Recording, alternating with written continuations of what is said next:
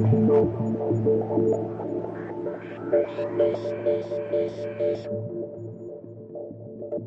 and welcome back to the Awakening Philosophy Podcast. If you want to join in real time, you can jump into the Twitch chat. You can find the Twitch links in the description to the YouTube videos, or you could find the entire playlist on YouTube. So please like and subscribe to follow along. So, what's this first series on? It's on understanding what exactly philosophy is through looking at the Parmenides. How does Socrates, one of the greatest minds of all of recorded human history, sometimes called the father of Western thought, famous quotes attributed to Socrates, everything since Socrates is but a footnote to Socrates.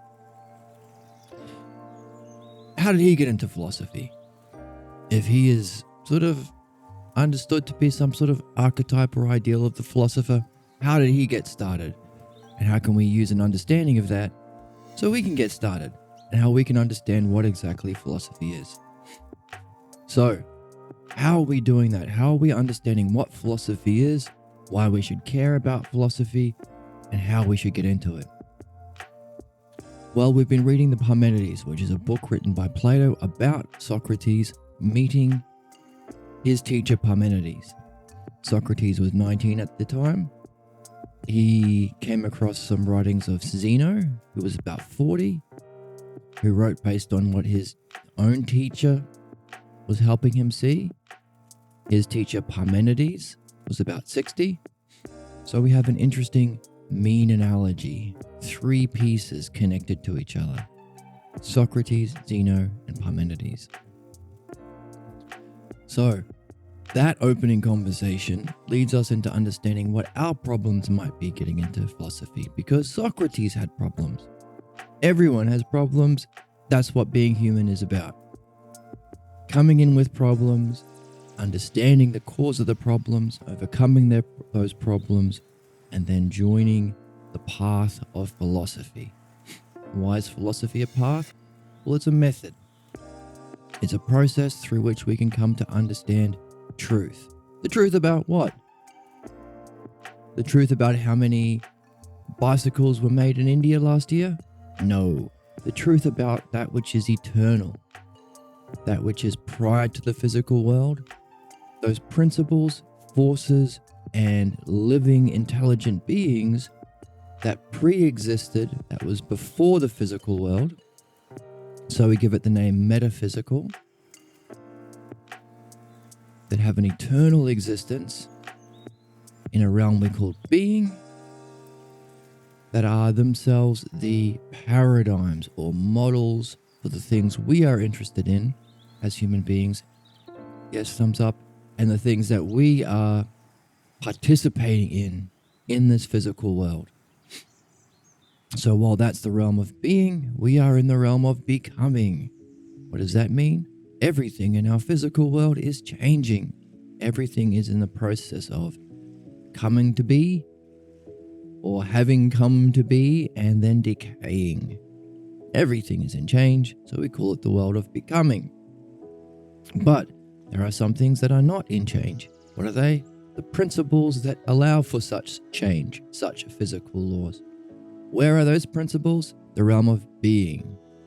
Oh, well, what can we say about the realm of being? Two fundamental things that allow for philosophy to exist, to allow for there to be a method for humans to develop. What can we say about them? Number one, they are understandable. The realms of being is understandable. What does that mean? Well, living species who have evolved to the level of logos, which is a Greek word that refers to understanding. It refers to more than that, but on one level it's understanding. A Greek word, dianoia, understanding, capable of understanding the realm of being, is dianoia. Any species who have evolved to that level of reflection on what they themselves participate in. Reflection on yourself, ousia, another key term. any intelligent species who have evolved to the level of intelligence or logos with ousia. By the way, the Greek word for intelligence is nous. Why is that important? Because the Greek idea of nous contains within it the capacity to know itself at a higher level. That may or may not be included in your English or definition of mind. So, any species who evolved to the level of what? Logos, nous, and ousia, or understanding, intelligence, and self-reflection, has the capacity to understand the realm of being. Oh, that's good. If the beings didn't exist in the way that they do, we wouldn't have the capacity to understand them. Thankfully, we do. What does that mean? Well, that allows us to have the game of philosophy. And as humans, we have reached that level of evolution. In fact, this is the bottleneck. Having reached this level of evolution, we have currently the amount of technology and resources to cooperatively, efficiently, renewably, and sustainably meet all of human needs in a rational way that frees us up from work, allowing us to pursue our true destiny, pursue philosophy. Unfortunately, well, double-edged sword here, we also have the sufficient technology and resources to bring about our own destruction. So we've reached a bottleneck. How do we want to use the intelligence we've evolved into for our problems, which in philosophy is called our fate?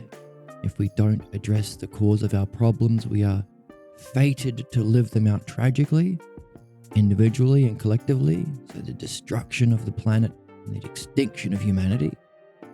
Or if we awaken to the quest of philosophy, realize the nature of the logos, the pattern of being that underlies the physical reality that we're in other words, making our physical reality understandable too.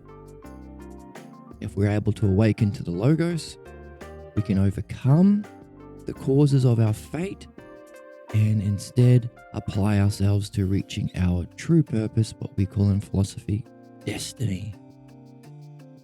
So, a bottleneck. We either discover philosophy or we perish. Wow. Allow me to introduce myself. I am Jarvis. I have with me Jarvis, who is my computer helper. He will help me with bringing up the text or the blackboard. But we also have with us Owen Wilson, who is very into philosophy. And when we make claims like that humanity is reaching its bottleneck, it either discovers the logos, awakens philosophy, or it perishes, Owen Wilson will say, "Wow." And sometimes he will say, "Wow." But always he will say, "Wow." There we go. So those are our companions in our adventuring party. We're talking about being a philosopher as an adventurer, as the archetype or paradigm for the hero's journey. For all of the journeys or quests in gaming, in movies, in shows in which there is a character that develops himself in a call to adventure, a call to the hero's quest, in which he progresses through a leveling up process or a self-improvement or a personal development process in order to overcome the problems, fate, and discover his true destiny.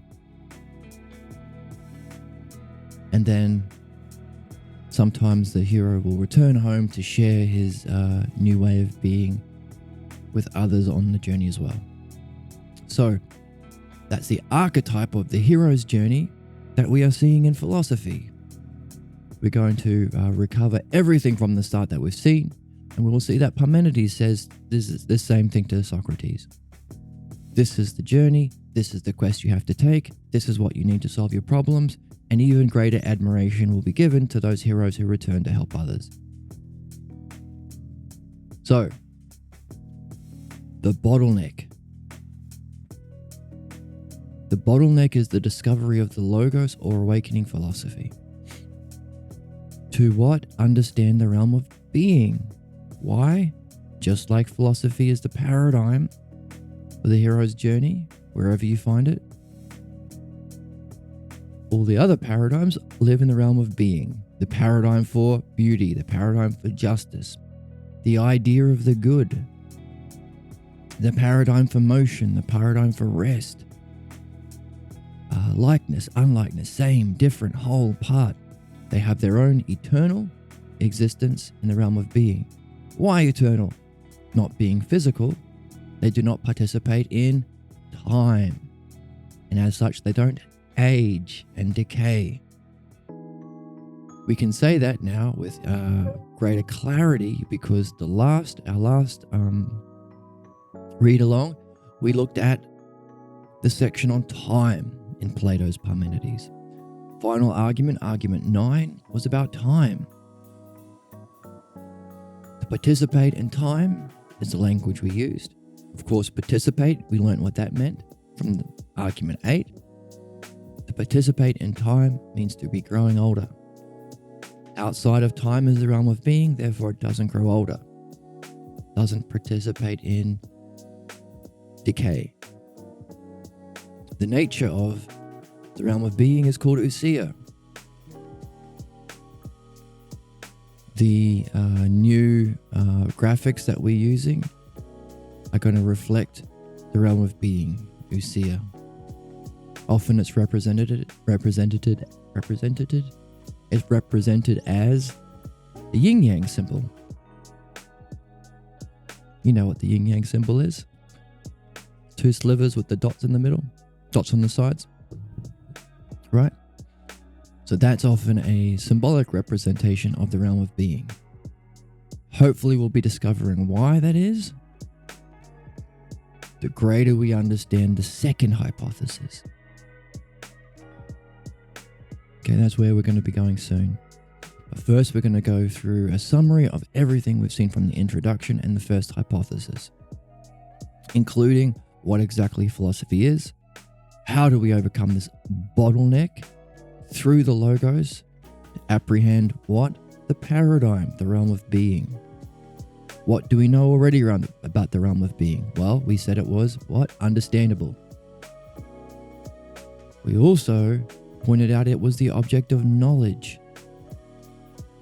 So it's not just understandable, it's graspable with nous, through awakening your internal ousia. See, this is the significance of having keywords.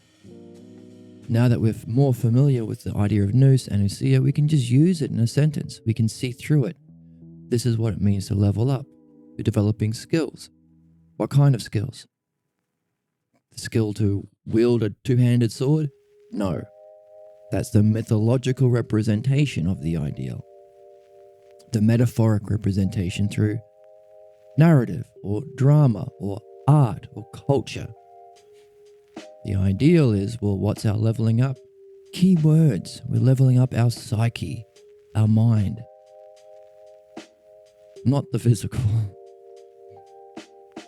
So how do we level up our skills in mind? Well, we've got a keyword now. We can use it. We can swing that 2-handed sword of ousia.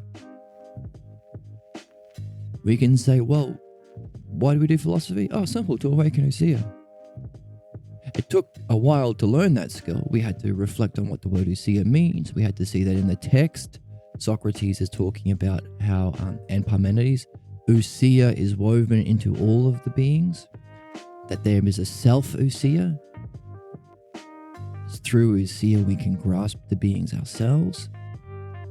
We had to talk about how it's something mentioned in the Republic, but it's the eye of the soul. The Republic is another text by Plato, another masterpiece. Could be considered maybe a pair to the Parmenides that we've been reading. So all of these it's linked to nous. It's the sense of nous. It's the 6th sense that can grasp the realm of being in our intelligence or nous. It's also linked to the logos because it's awakened through the logos. That's the significance of leveling up our logos. The logos can awaken the eye of the soul called ousia. So we can throw those words around now. Logos, nous, ousia. And we can use it to talk, to reflect, to develop higher understanding and concepts. That's the significance of going through it and picking out key terms, understanding them themselves, understand how those key terms, logos, nous, ousia, relate to other key terms, how they relate to each other, how those key terms, such as, let's say, ousia, how does it relate to nous, how does it relate to logos. And now that we've seen that logos has a relationship to ousia, what can we say about logos in relation to other things like us? Now that we've seen that ousia, we've talked about ousia, its definition. We've talked about how ousia relates to the logos. Hey, it's the goal of the logos. Well, it's what gets awakened through the logos. Now that we've seen that about logos, how does logos affect us? Oh, it allows humans a method through which we can overcome the bottleneck of evolution that we're at, overcome our problems, prevent our destruction, escape our fate, and instead evolve to the next level and reach our destiny. Finally, given that we can be affected by logos in that way, how would we relate back to ousia? We might be interested in awakening our own ousia. So we see the 4 stages of the dialectic we can also use. So not only are we using the key terms that we've leveled up through this process, we're using our structure. It's another part of the leveling up of the adventure. You can learn, let's use wizards as a mythological or metaphorical example. You can learn new spells, but you can also learn how to cast them in new ways, combine spells together. Maybe you have a new wand that can use spells. Make your own analogies, it's fun. So, how can we use the structure? Well, we were talking about ousia, weren't we? We defined it. Number 1, definition. We talked about how it will relate to something significant to us. The logos. Self to others. Number 2, demonstration. Self, ousia, to another, logos. Now that logos, we know logos is related to ousia, how does that logos affect something else that's significant? Other to other, or logos to us. And finally, how did that final other, us, relate back to ousia? Given that we have a relationship to logos, logos has a relationship to ousia, how do we then relate back to our own ousia? That last step, synthesis and analysis. Synthesize all of the reasoning we've gone through and apply it back to the start. Synthesis and analysis. So how would we relate to ousia? What do you think? Would you want to awaken your ousia, given that you've seen that thing about the logos and ousia? How would we relate back to ousia? Awaken our own logos because we want to see it ourselves, we want to evolve, we want to level up. How do we do that? That's the dialectic. Parmenides says the power to use the dialectic, the wand, the power to use the logos, the wand to use the spells, you could say, is the dialectic. So how would we relate back to our subject? Through dialectic. That's what we've been doing. We've been learning the dialectic. We've seen how Parmenides uses it already in the introduction. We've seen a demonstration of it. And now he gave a outline of it, which we had to unpack to see the patterns. And now he's giving his own demonstration of the dialectic with his idea of the self. What else did we see about the dialectic? Well, we apply it to two kinds of things. Either the ideas in being, Zeno's exercises, so we could call it Zeno's dialectic or being dialectic, or the way Parmenides is using it, to use those terms to then know the self, know thyself. So a different level, Parmenides dialectic or ultimate dialectic or self-dialectic. So what does that mean? Well, whatever we start as a definition is going to be one of those two things.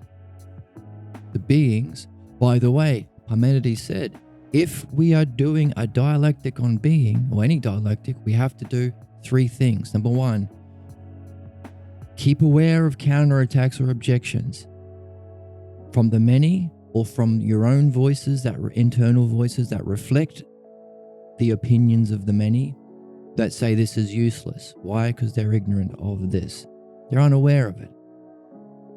It's not taught at school. So they will say this is useless talk. Be aware of those objections and put them away, put them aside. Maybe address them later. Maybe address them quickly in the spot. Oh, by the way, do you know the significance of the dialectic? Oh, you don't? Oh, okay, well then, off you go. Or, have you read the Parmenides? Oh, by the way, you're telling me that thumbs up. You're telling me that I'm not good enough to do the dialectic? By the way, do you know the nature of the self? Have you mastered Parmenides dialectic on the oneself? Oh, you haven't? Then how on earth can you think you know what myself is to the point where you can tell me I'm not good enough? You are completely ignorant. You haven't even realized you can't have an opinion of the self. That's how far off base you are. The final conclusion of the first hypothesis on the oneself is you cannot have an opinion of the self. It's beyond that. So we can use our understanding of the logos through the dialectic that we've been developing to answer our critics, our internal critics, the naysayers, those who have not yet taken that jump to the next stage of evolution and are holding on to old traditions of ignorance that perhaps had a role to play early in our evolution, where it was dangerous to think for yourself because you might leave the caveman clan and exit the cave and get eaten by a saber-toothed tiger, right? The early stage of human development, we didn't have as much nous, logos, ousia, required humans to sacrifice to a degree, or at least appeared to have that benefit of going along with the leader, going along with self-suppression so that you wouldn't risk getting eaten by saber-toothed tigers and those sort of things, so that the human species can evolve. Of course, those strategies to overcome those problems no longer apply. One way of understanding problems is there are solutions that are no longer applicable. We can't do that. We can't be loyal to ignorance anymore, because we're at that bottleneck of evolution, personally and collectively. So, in saying that, we've gone through to see what is not just the personal cause of those counterattacks. Hey, an individual cause, maybe it sounds like your dad, maybe it sounds like your uncle, maybe it sounds like your priest, maybe it sounds like your teacher that says, don't you ask questions, you can't know anything, I need you to follow me. But we can also see the evolutionary cause for that. Caveman in a cave, a new member of the family wanting to express themselves, wanting to explore, wanting to do things differently, but straight out, immediately out of the cave that you're living in are all sorts of dangerous animals that could gobble you up. So having a leader that tells you, do not do it, don't think for yourself, be loyal and strictly loyal and obedient and defending of the traditions that allowed us to survive evolutionarily speaking up until now, right? Served a purpose thousands or millions of years ago. Doesn't anymore. Can't anymore. Will bring about our destruction if we continue to apply those ancient solutions to meet evolutionary struggles. So, a little bit of an aside, going into maybe the early causes to these human counterattacks. But another way of looking at it is, hey, why would we have been incarnated into this world if not to address problems? If we knew everything already, what's the point of being here? So another way of understanding the cause of problems is individually, evolutionarily, but also spiritually. What did yourself have to learn? So we're born into a family, or a culture, or a time period in which we learn false ideas about the self, whether we're not good enough, we can't participate in the self-logos, we can't participate in the self-dialectic, we can't participate in self-beauty and self-justice or know these things, have self-knowledge. Look at this. In the Greek, all of those honorific terms have the word self. It's a logos about the self. It's the ideal or the self-dialectic. The idea of justice is called self-justice. The idea of motion is called self-motion. All of these things are about the self. So the counterattacks, you could see, oh, if that's the case, then there must be something common among the dialectic we're doing, the positive, the logos, self-dialectic, the ideas, self-ideas, the ultimate goal, the one-self. As there are something common in the objections, the blocks, the counterattacks. Hey, shut up. Hey, you're not good enough. Hey, you stink. Hey, you're a this or a that. Pick a common, popular, psychotherapeutic term. Hey, you're autistic. Hey, you're a narcissist. That's a big one. Everyone's a narcissist, apparently. What else? Oh, hey, it's the selves are not knowable. They're illusion. So either you're not good enough. Oh, dialectic is empty talk. The self-dialectic is dumb. The ideas can't be known. The ideas are dumb. There is no meaning. Oh, the ultimate is dumb. So just as all of what's positive is something of the self, the logos is of the self, the dialectics is of the self, the ideas are of the self, the ultimate is the self. So too, all of the objections in some way is going to be saying something is wrong or inadequate or not good enough or fundamentally flawed with the self. You can't do it. Your logos is bad. Your self-logos. Oh, your self-mind is bad. The self-dialectic is bad. The self-ideas are unknowable and therefore dumb. There is no meaning. There is no ultimate self-goal. Hey, sacrifice yourself to help others. Make capitalists rich or serve the religion that we're in. That's what it means. Service to others. Ignore the self. All ways of rejecting our self-goal so we can see what's common, which is one of the tools that we're developing in the logos, looking for a common theme. So what have we got? Key words, key structures, questions. Develop questions and bring them with you. Skill trees of patterns. Can you see ones? Can you see twos? Can you see triads? Can you see quadrads? But also, here's a new one. Repeating themes. Does one of those key terms repeat himself? What's common among them? This actually fits into the third stage of our dialectic, division. Once we've divided what we're defining into its parts, into its elements, there might be a key idea that stands out as significant. Maybe it repeats. Maybe the whole thing rests on this one word. Maybe it's more primary and therefore most significant. Often in that third stage, definition, demonstration, division. After you've divided into its key elements or key parts or key ideas, there'll be one significant key idea that you will then use to refer back to the topic to understand the topic better. That could be called a theme. And so when we just did this little mini reflection or mini dialectic on problems, what have we seen? Oh, there's a common repeating theme or idea in our counterattacks, in our problems, in our internal critic. What is it? They're all of the self, and they're all negative. They're all saying the self stinks in some way. That's interesting. So we have a higher understanding of something fundamental or causal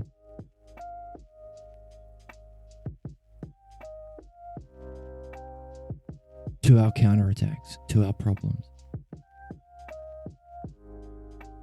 So, what's the cause of our problems or counterattacks? Using everything we've learned of the dialectic so far. Well, we could say what Parmenides said. Oh, because the many don't see the significance of the dialectic. They don't understand.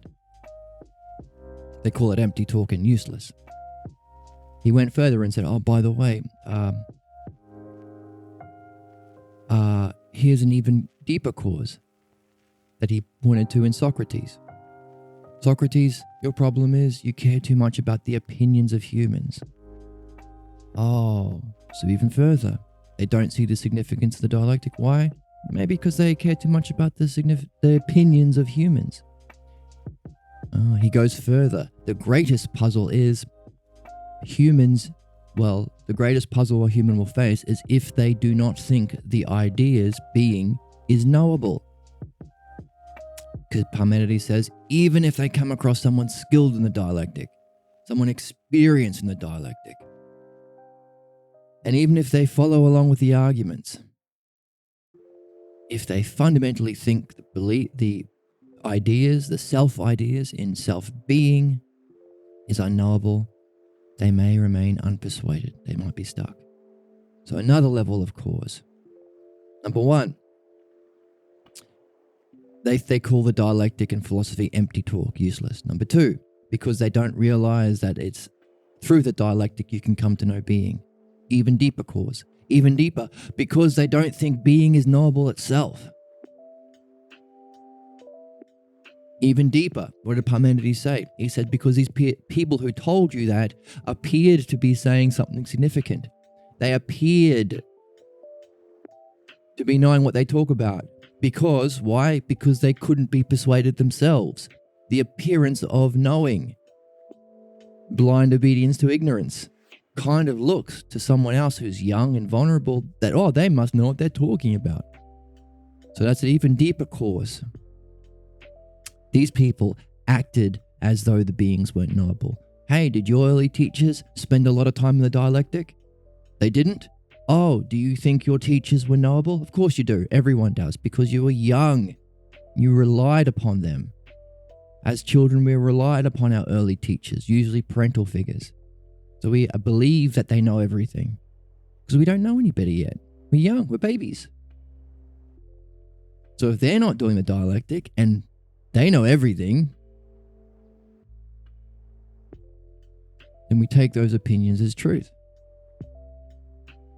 Even deeper, that seems very terrible, because I've met a lot of parents and most of them are dummies. Interestingly, their kids don't think that. You insult my dad, I'll fight you, right? Yo mama jokes are funny because everyone thinks their mum is the saint, right? But then when you ask them, oh, by the way, the guy that lives next door, is their parents all knowing? Oh no, they've got obvious problems that everyone can see. Easier to see in others than ourselves. Why? One step further causally, evolution. Because your tribe had to defend itself from those other tribes and from the dangers of exploration outside of the cave. Because of our early stage of intelligence and evolutionary development. So even more causal that we're going through. Of course, we're past that level of evolution, way past that now. We can't apply solutions that had a kind of application back then anymore.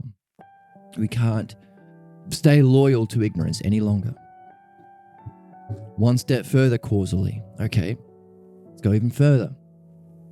We've recognized that all of the objections against doing this kind of activity, philosophy, against awakening philosophy, are objections about the self being not good enough in some way. You're not good enough to do it. Who are you to say that you can know truth? Oh, you're arrogant, or you are blah, blah, blah, blah, blah, any kind of insult. You're a narcissist to say that you can know truth. Why? Because you don't realize that yourself stinks. You're acting as though yourself can be good and knowing and wise and even better than ignorant people. What? Don't you know how dumb you are? These are the nature of the objections. Or, not about you personally as a soul, but about the process. Your understanding is not good enough. There is no understanding. You are not smart enough to know understanding. It's just opinions. So a rejection against the logos and the dialectic. Go one step further.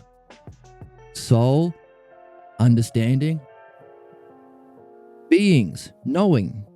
You can't know. Why? Because the ideas are unknowable. You can't know beauty itself. All you can see is physical examples of beauty and then develop opinions about them.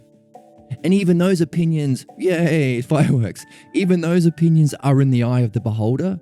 So all we can do is fight about our opinions of what we think justice is, or we think beauty is. Fight against other tribes in other caves. Yes, that's all you can do, because the ideas are dumb. If the ideas were knowable, they'd have to be of the nature of intelligence. So your intelligence can unite with them and grasp them, apprehend them.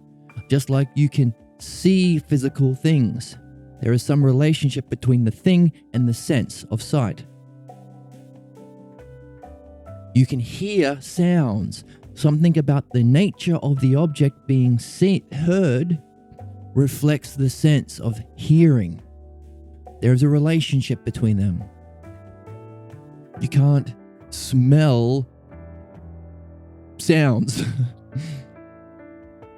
You can't hear sight, things of sight. The object and the sense are related. And for you to say that there is a sense of mind called nous or intelligence and ousia, that means the objects must be of ousia too. There must be a similarity or connection between them. And I say, because my teacher says so, you can't do that. Therefore, the nature of beings, in the realm of being, the self-beings, self-justice, self-beauty, are unknowable. Why? Because they can't have that connection to intelligence, which makes them what? Dumb. Parmenides is saying, of course they are of the nature of graspable by our mind. Why? Because they're made of intelligence. That's ousia. In fact, that's one of the arguments we're going to touch on in our quick review. He says, by the way, are you thinking of something, Socrates? Sure. When you think of beauty or sameness or justice? Of course I am. Even as a concept, it's still a thought. Is it a thought of non-being or being? Oh, right. Sure. Well, that's a big question. Yeah, it's in being, I guess. It's not imaginary.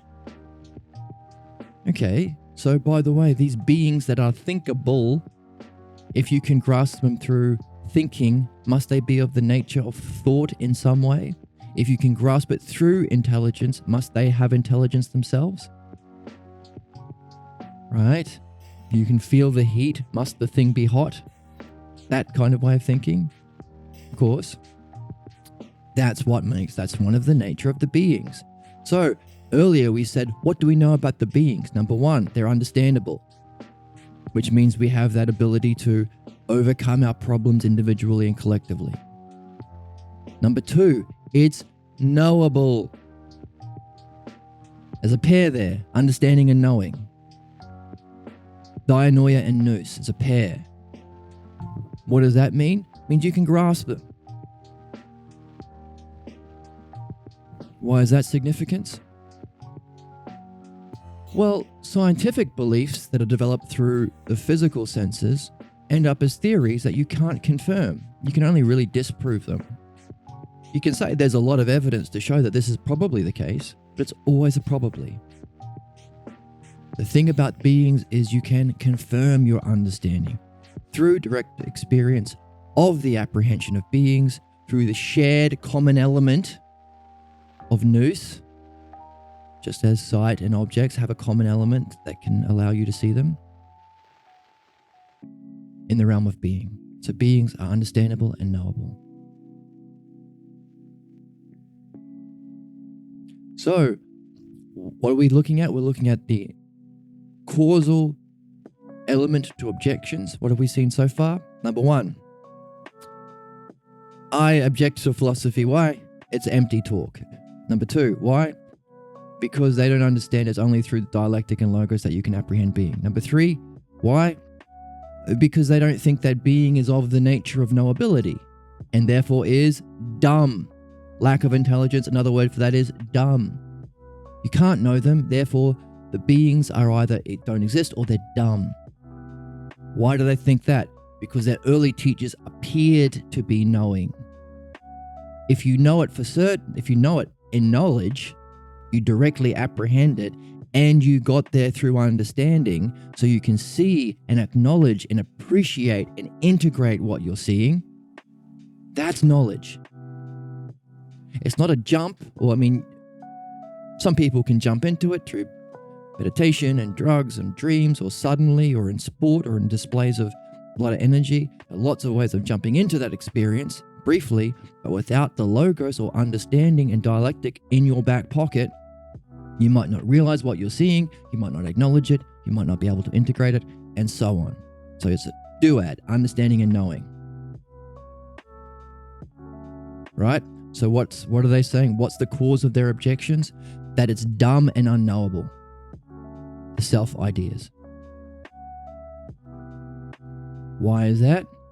Oh, because the people who taught them appeared to have that knowledge of beings by being unpersuaded. A word we call in philosophy certainty.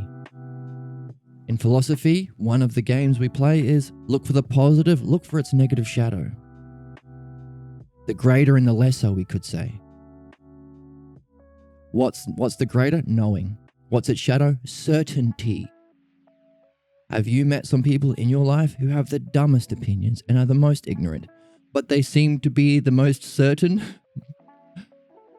I think there's a meme about that. The more dumb you are, the more certain you are in your ignorance. The Dunning-Kruger effect, I think it's called. Those were our early teachers. Well, what's the cause of us? Why believe our early teachers?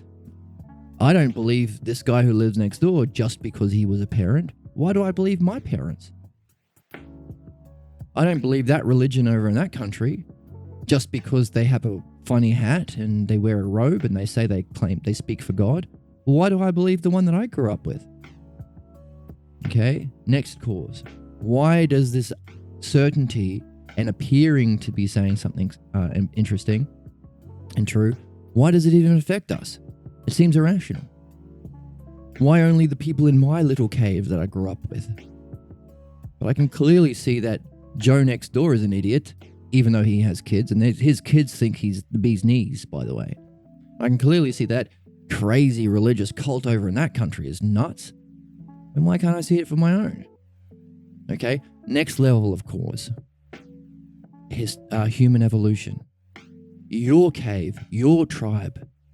The new members needed to stay loyal, blindly loyal, and defending of that tribe for survival in the early extreme dangers and forces of human evolution, thousands or, I don't know, maybe millions, maybe not millions, maybe hundreds of thousands of years ago. Right? Causal, even deeper cause. Even go further and say, well, Did the asteroid that hit Earth and caused a huge change in our climate and environment affect even our evolution in a unique way that wiped out all these big threats like the dinosaurs? Would we have evolved differently and slower without that?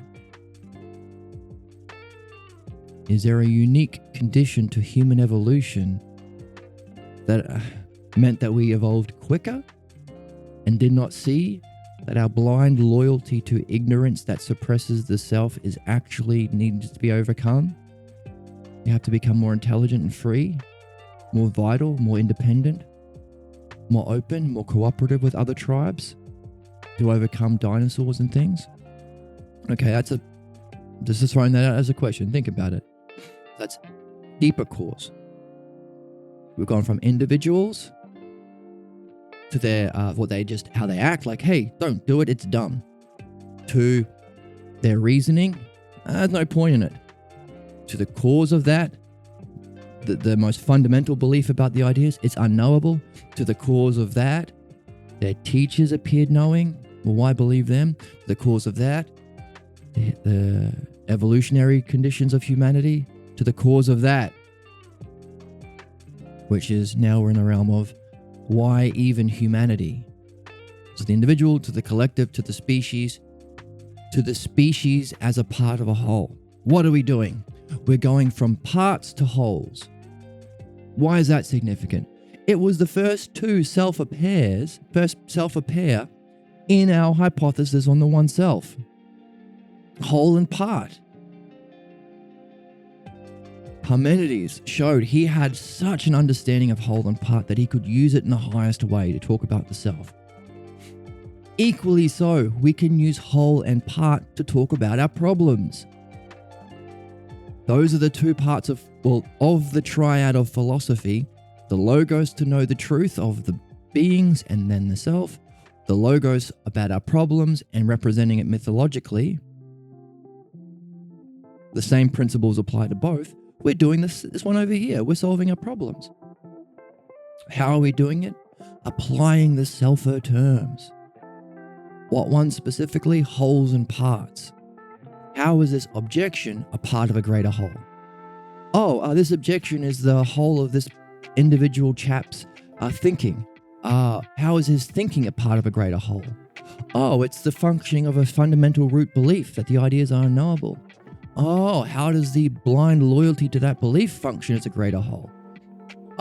Within his culture, he grew up with these teachers, parents, priests, teachers, culture, that seemed to be very convincing. They seemed to be saying something smart and they seemed very certain.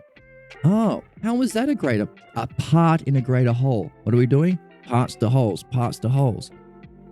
That's a part of the whole of human culture, human society, human species itself. Why? Evolutionarily speaking, it served a purpose. Don't you get it? Yeah, I get it. But then how does that human evolution, how can you see human evolution as a part within a greater whole?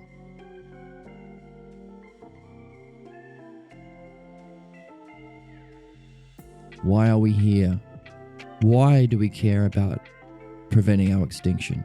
Why do we care about stopping the unnecessary war, destruction, suffering, and torture of human beings? Why do we care about keeping our planet alive? Why do we care about evolving through that bottleneck, solving problems and reaching our higher goals? What part is humanity within a greater whole? What part does the human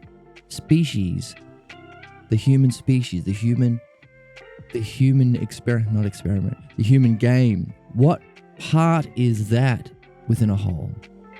In other words, why are we here?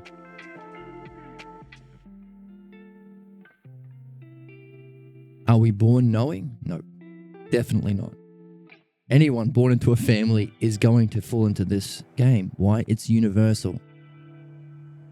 It's the logos. Logos is not personal, it's universal. It has a personal reflection, has a personal application, but it's not personal. This is not a criticism. If you find yourself objecting against philosophy fervently, it's not a personal attack. It's what it means to be human. The difference is whether or not you accept the hero's journey and use the logos and the dialectic to evolve yourself, right? Take any hero from any media. Luke Skywalker could stay loyal to whatever position he was in when he started, but he had to enter the universe. Harry Potter could have stayed loyal to his family who were abusing him, and so on and so on.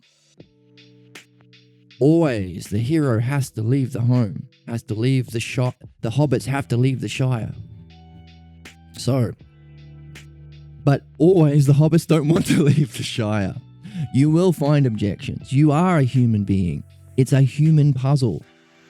Parmenides says it's the greatest human puzzle. So, do not get mad at yourself. Do not beat yourself up. Do not be ashamed. Do not do what? Diminish the self. Why can we say that? Well, now that we've gone from part to whole and established a hierarchical order, using part to whole, self terms, a causal chain, we can look for, of this division into ordered ranks, can we see something common in all of them?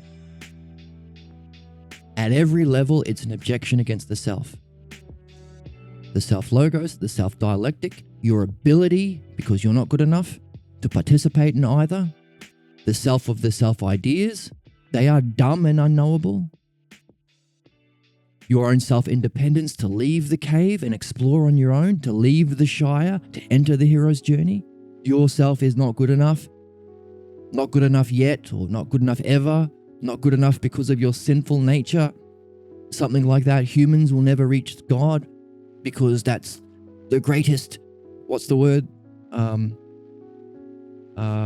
Hubris to say that you can reach great things. No, be humble, which is realizing that you're crap, right? All of these things are against the self in some way, in some function or nature. So what? Well, is it just to listen to these objections against the self? If we realize that only through the logos and the dialectic, specifically Parmenides, can you actually know what the self is. In fact, it's the ultimate destiny. If someone who is so disconnected from destiny that they can't even take this journey themselves, that's how disconnected from this process and this destiny they are, and the destiny ends in knowing the self, they are the most disconnected from actually knowing the self. Therefore, can they make these objections about the self where they have no idea what it is? Right? If you've never seen a computer before in your life, if you're an Amish person, can you walk into, Apple offices and start telling people what they're doing wrong when you have no understanding at all of what the self is? Of course you can't. It would be unjust, irrational, and lacking integrity in the highest degree to listen to those objections about the self at any of those levels, at any of those kinds of objections, at any of those causal points,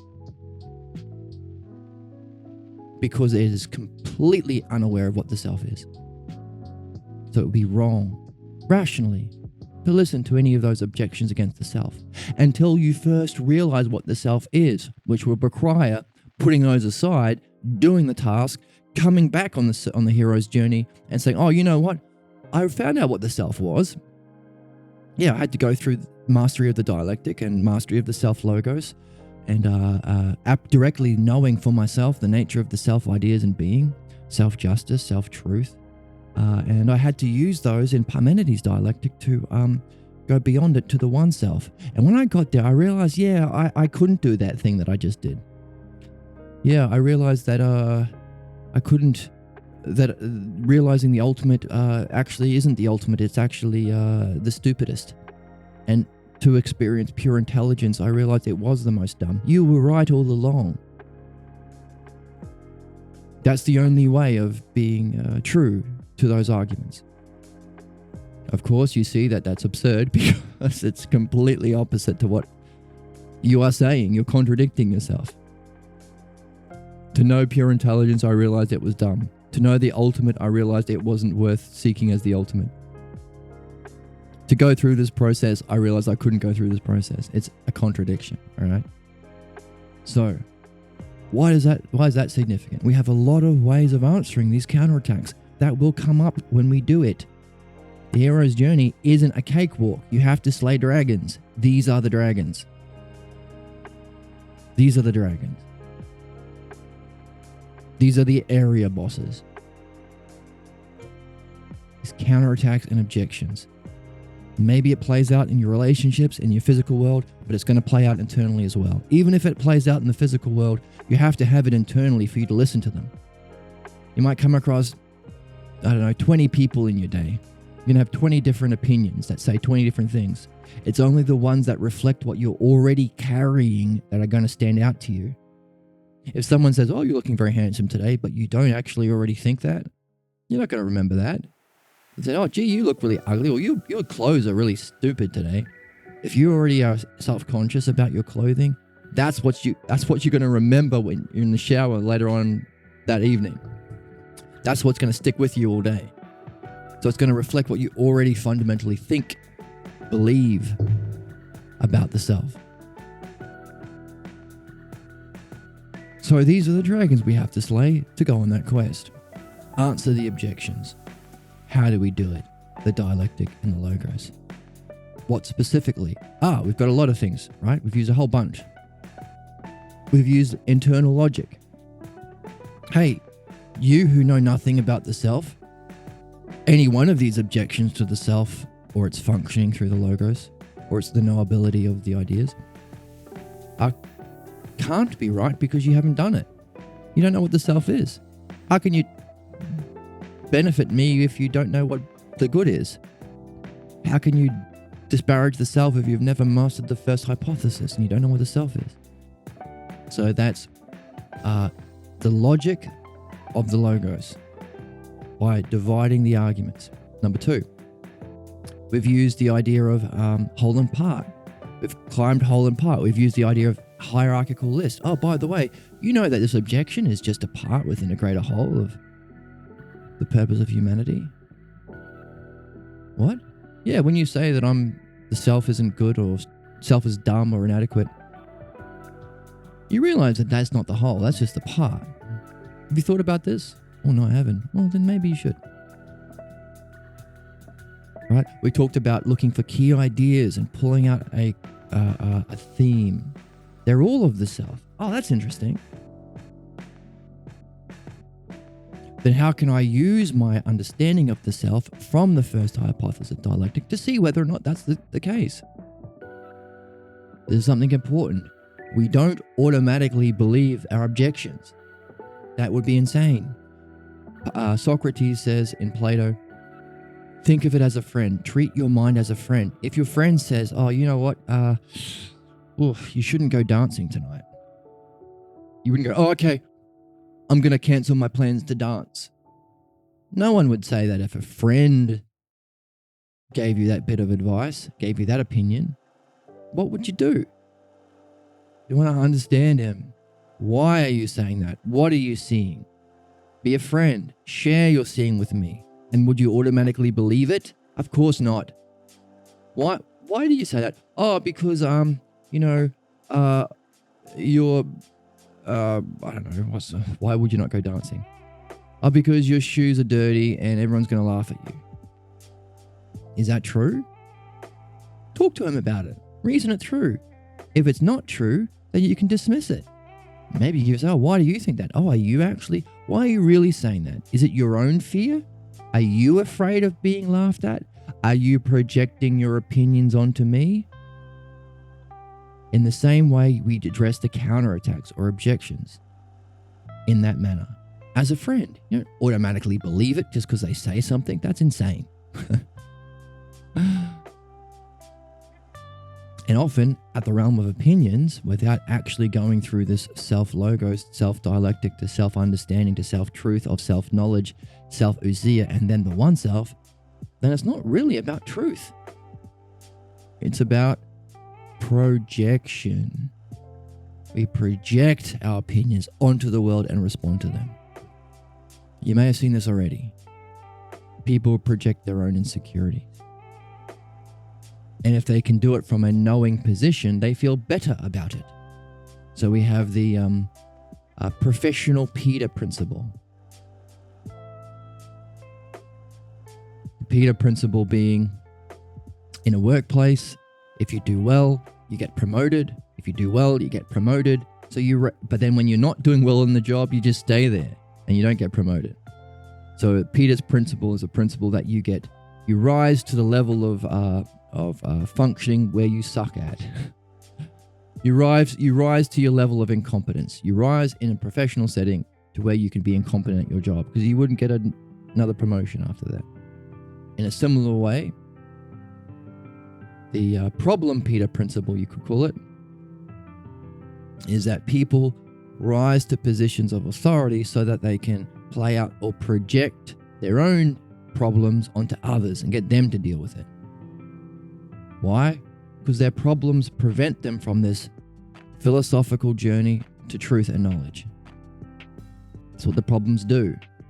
But they want knowledge. What's the negative shadow of knowledge? Certainty. So what do they want to do? Get a professional or some status where they can appear knowing, be a tyrant at your boss, have kids so you can act like you know everything, start a business and get employees who have to obey you.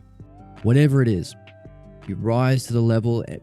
Human beings who do not address their problems will rise to the level where they can project their problem opinions onto others. Thumbs up. So they can appear knowing and get that buzz of shitting on others the way they were shat on themselves. Crush the self of others the way it was done unto them. Right? So this is something we can see playing out as a consequence of the objections to the self-logos, and self-truth. So what are we doing? We're using everything we've learned about the logos to address the nature, the cause, the functioning of the problem, and how it relates back to the self. Why do we want to do that? Because those are the dragons, those are the area bosses that we'll have to slay along the way. Can we see it in the text? Yes. Parmenides says, number 1, be aware of the counterattacks. What else is involved in this process we're learning? The awakening philosophy, the overcoming the bottleneck, the saving humanity, saving your own soul, or rather, doing what you're here to do. Number 1, keep in mind the counterattacks. Number 2, do your best to define all of these self-ideas in being, which has self-ousia woven into all of them. Okay? Those were Zeno's exercises. And number 3, keep in mind they are all of the self. Interesting. So even when we're doing Zeno's dialectics, even when we're doing the dialectics on being, self-truth, self-knowing, self-justice, self-beauty, self-motion, self-rest, and so on, it has the same common theme as the problems. We realize any kind of objection, any causal level, any greater perspective you have. Are you listening to simple criticism? Hey, don't do it. Oh, that's enough for me. Or do you have a wider perspective of a greater whole? Oh, why are you saying that? Like a friend. Oh, because I don't think that the ideas are knowable. Why are you saying that? All right. The greater your perspective, the perspective of the greater level of whole, the more aware you're going to be, the more able and to respond you're going to be. But we saw at every level, they're all of the self. So too, Parmenides is saying, at every level of the dialectic you're doing, it's all of the self. The 2 levels, being or the ultimate. Dialectic isn't really approached. Applying it to the physical world would be what we're doing here, addressing problems. The physical world isn't the ideal, but it can have the negative reflection of the ideal, certainty, right? Oppression against the self. So applying the logos to the physical would be addressing the problems that come up from the physical world, which lacks knowledge, which is ignorant. The second thing is Zeno's exercises. Apply it to beings so you can apprehend, awaken the nous Awaken the ousia in the nous through the logos of the dialectic to apprehend truth. So that's beings. But these are of the self, according to Parmenides. And then finally, what do? Parmenides dialectic of the one-self. Using all of these to do this. So this side, our problems, this side, our destiny, our fate and our destiny, either way, they are all of the self. There's a common term in each of them, of the self. And I'm here to assist you with a variety of tasks as best I can. Jarvis is here to assist us, okay? That's great. Thank you, Jarvis. My AI computer assistant is here to help us, which is fantastic. But we don't need him right now. Thank you, Jarvis. We have are saying instead, wow, wow, wow. That was the sound drop I was looking for. So, what are we saying wow about? Whatever we do, it's of the self.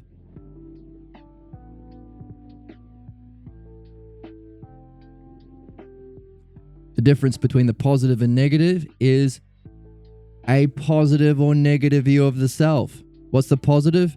Using the logos through dialectic to apprehend the nature of the self. That's know thyself. Destiny of man. What's the negative? Any objection to that. What's the nature of any objection at any level?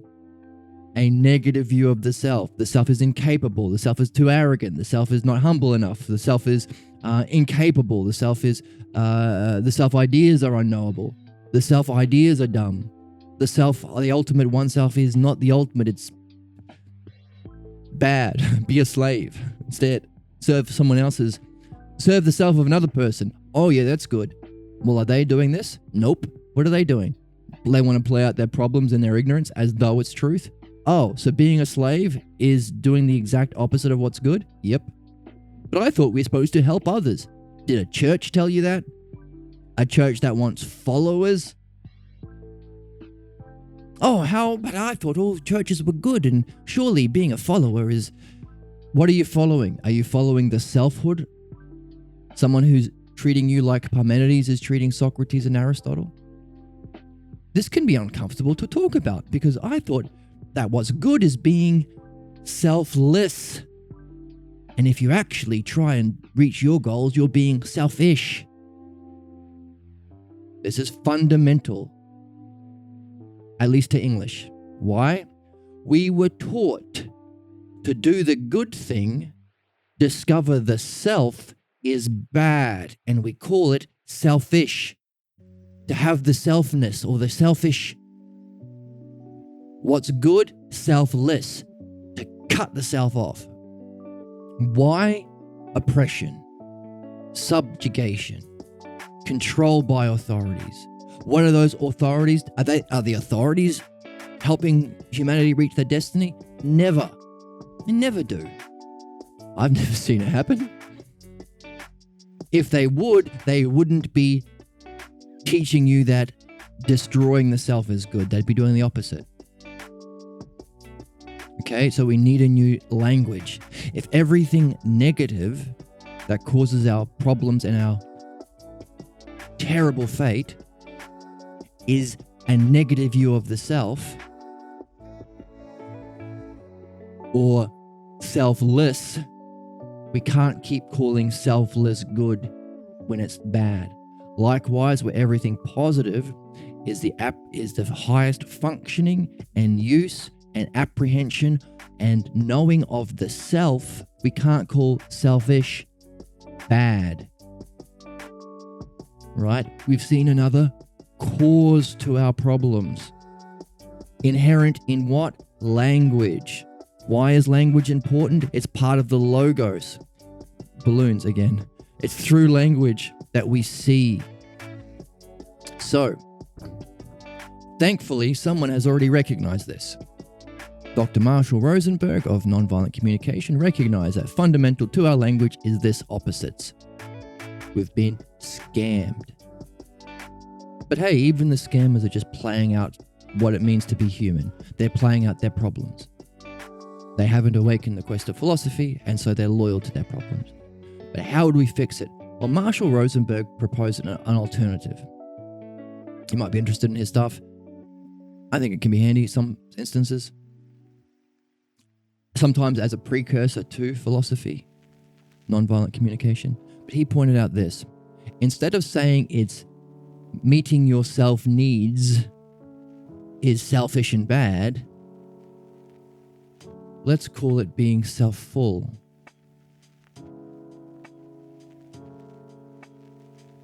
And instead of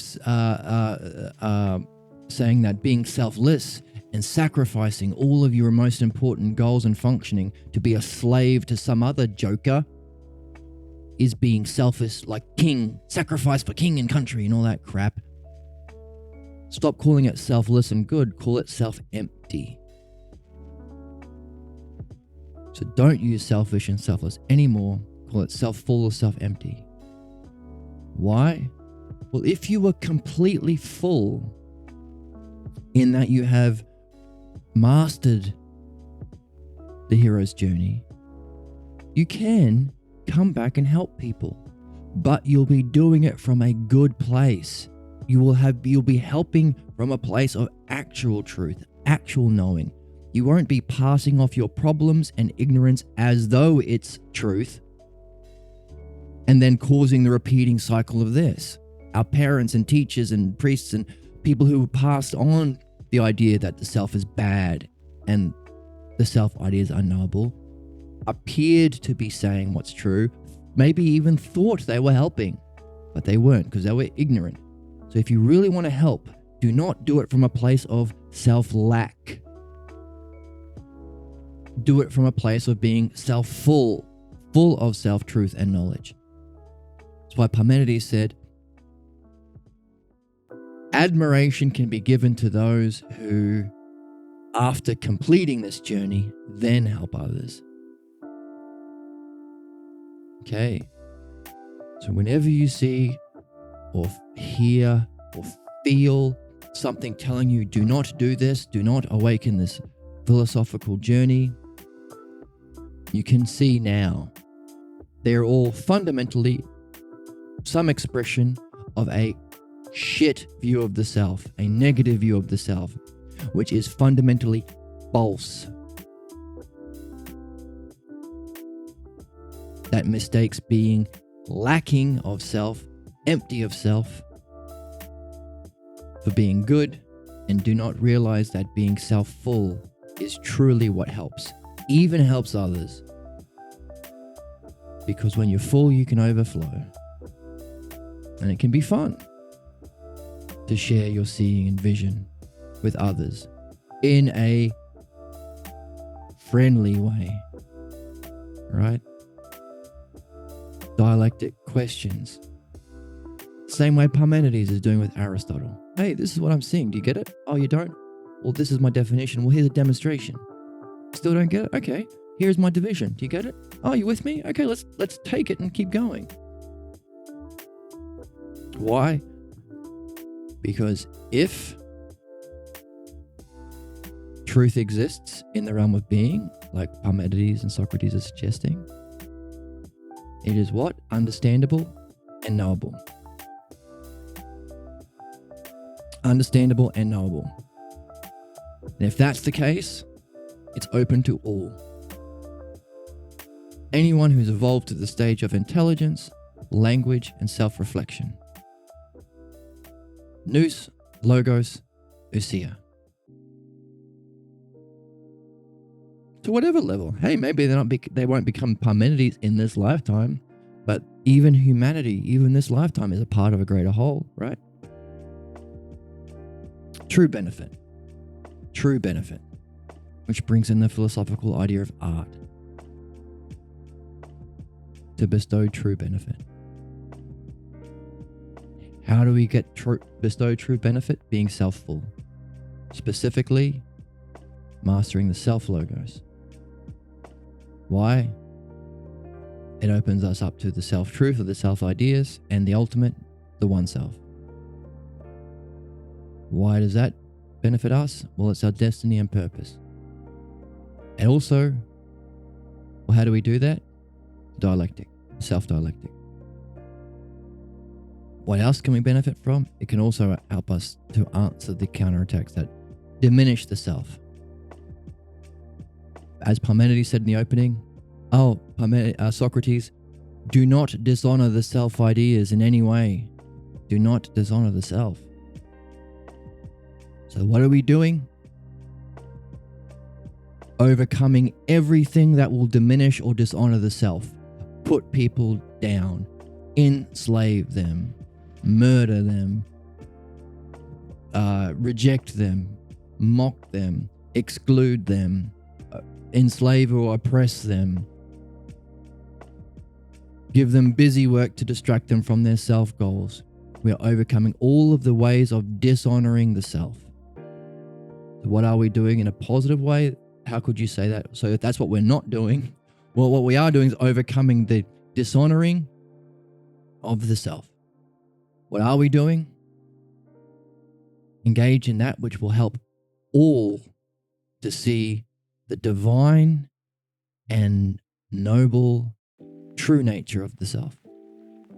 Divine in the realm of ideas and noble as the ultimate, even beyond being.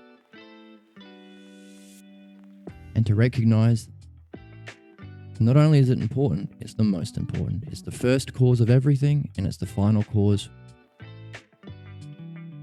of our return. Why the hero's journey is a circle. You start here and you end up here. This is the Logos, the dialectic. So why should we care? Philosophy, Logos, through dialectic, is that which helps us to understand and know for ourselves the divine and noble nature of the self. And also address anything that's against that in a fair and just, sufficient way.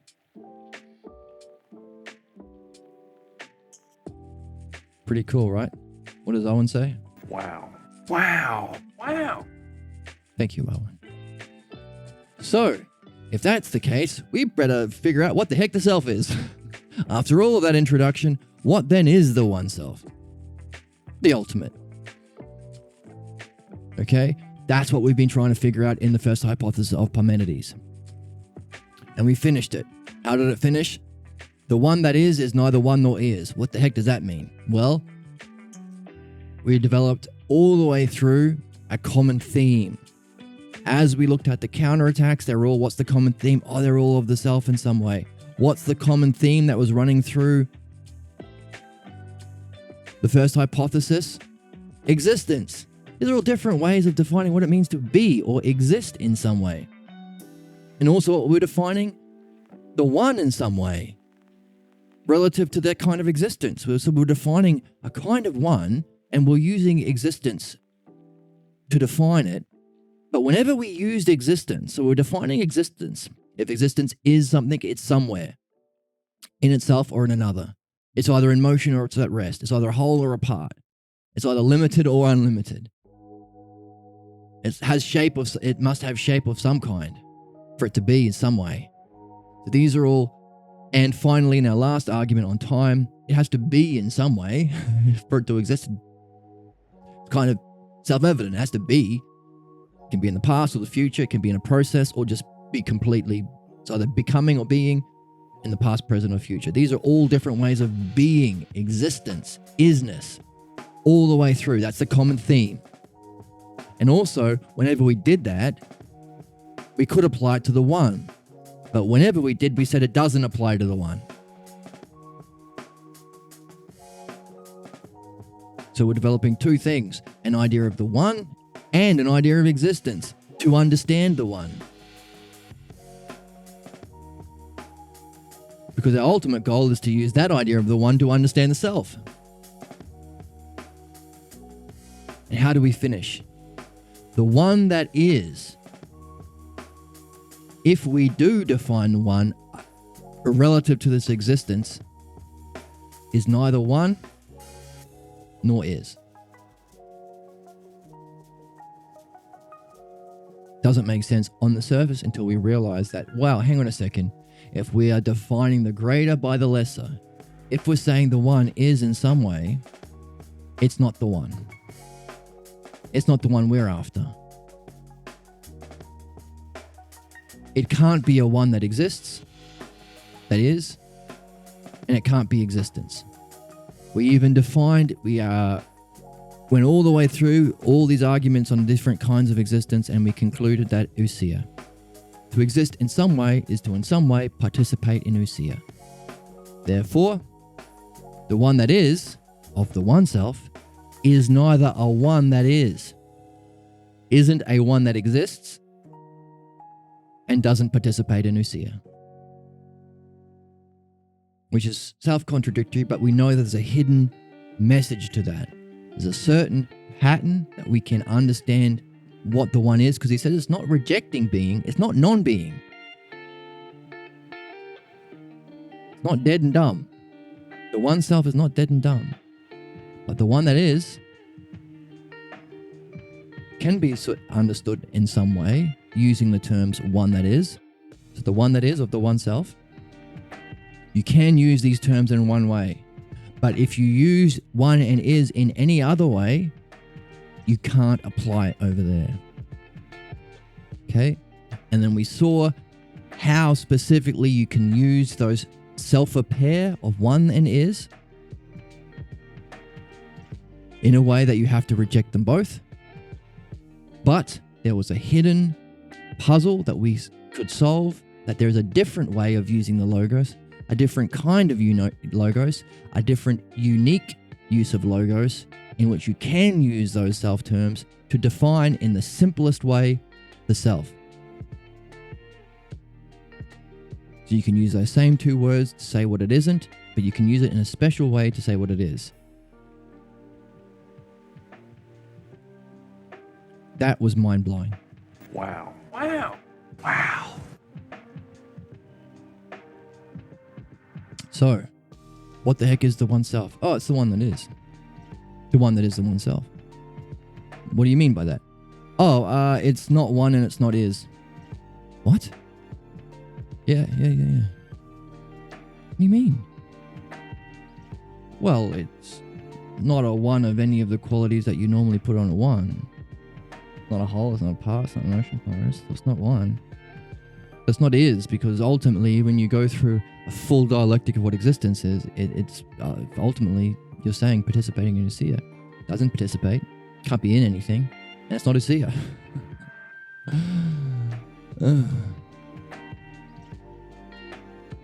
So have we got a big definition of what the one isn't?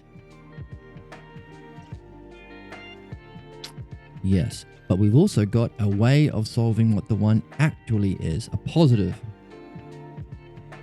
But that was the puzzle that we left for ourselves to do as homework, as our own, not homework, that's dumb, as our own exercise, as our own puzzle, our own koan, our own mantra, our own use of our intellect applied to our reflection, our own use of nous, logos, dialectic, ousia, self-reflection, to awaken our own insights.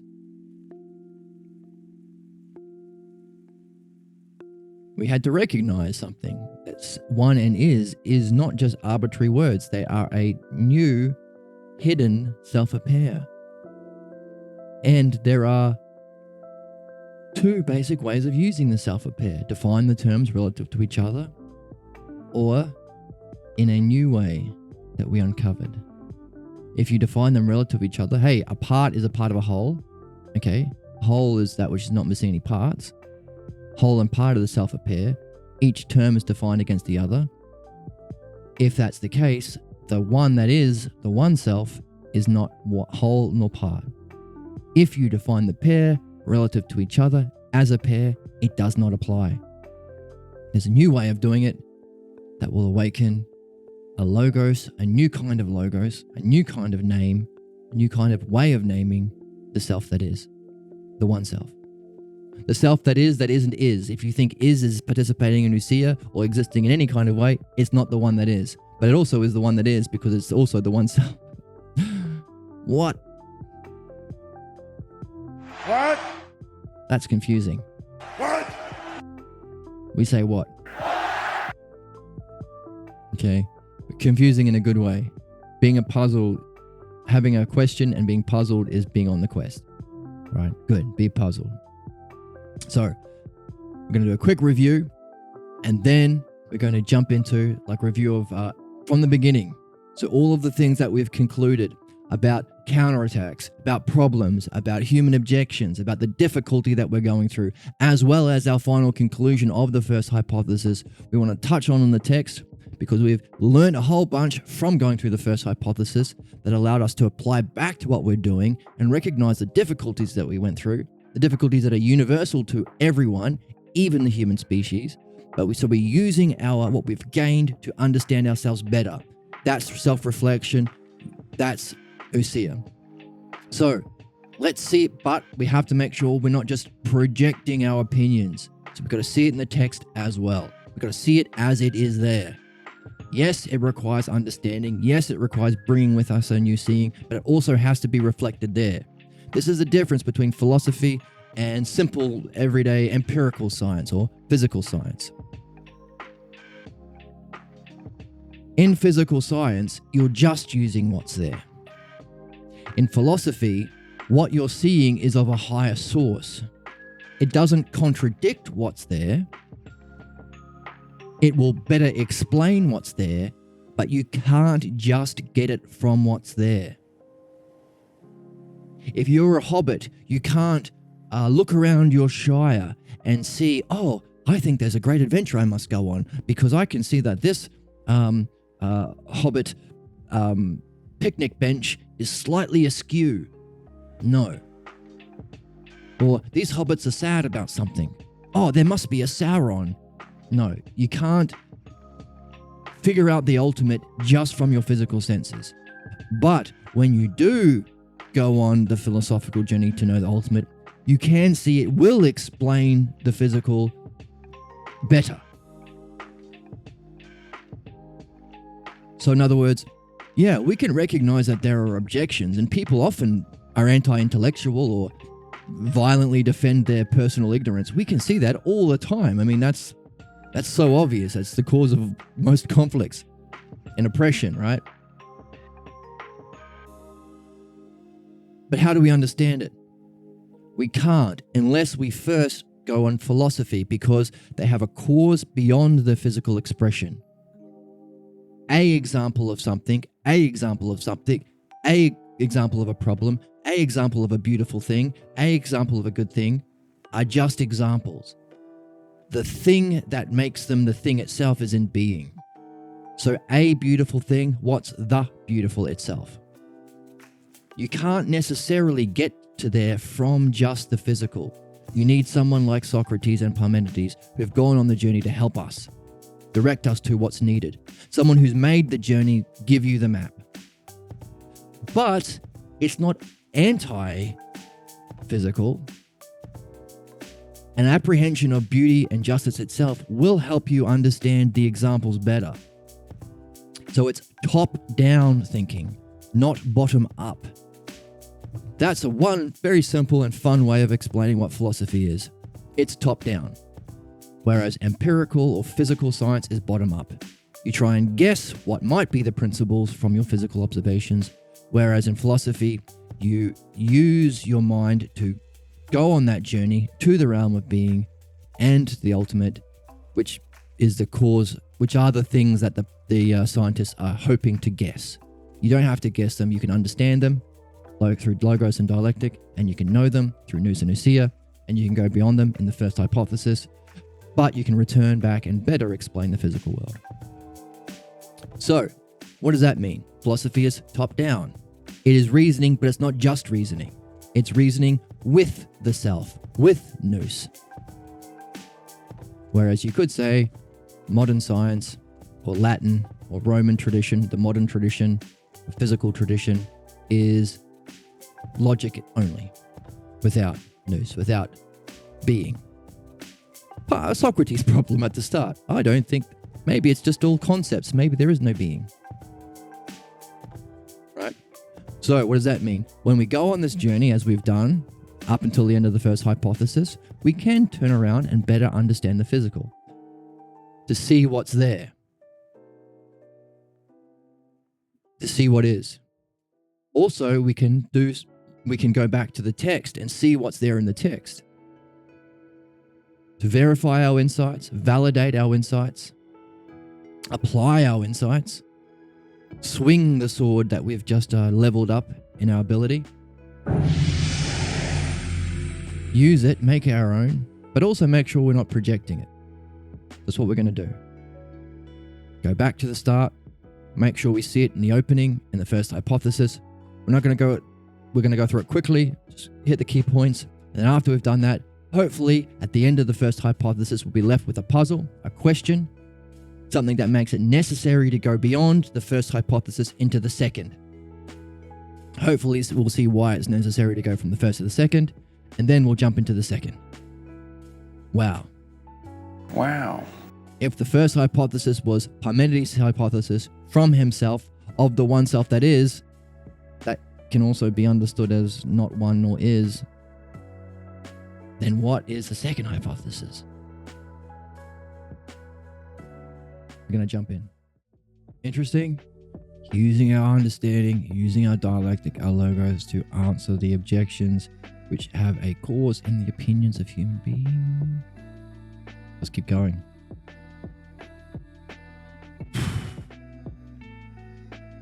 It's a big section.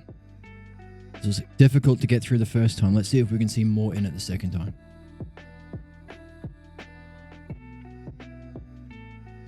Does it appear to you that there are certain ideas of which the things have a share and have the name of selves, such as, on the one hand, those that have a share of likeness are like.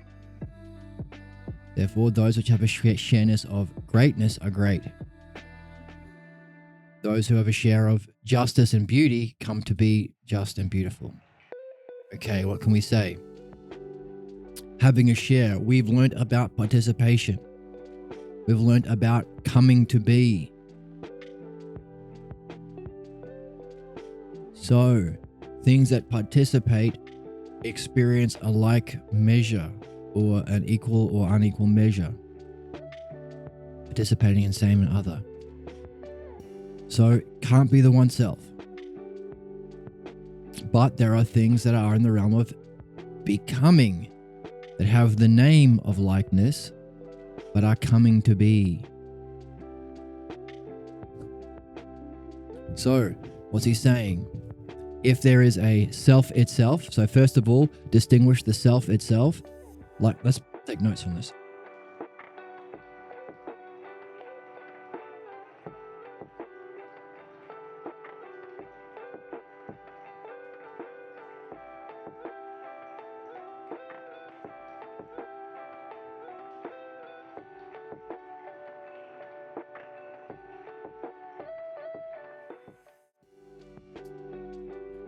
Have you, Socrates, Parmenides to Socrates? Have you, 1, defined, distinguished,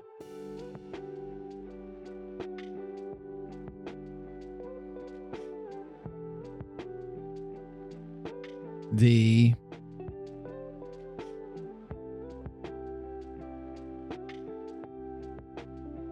ideas self to self,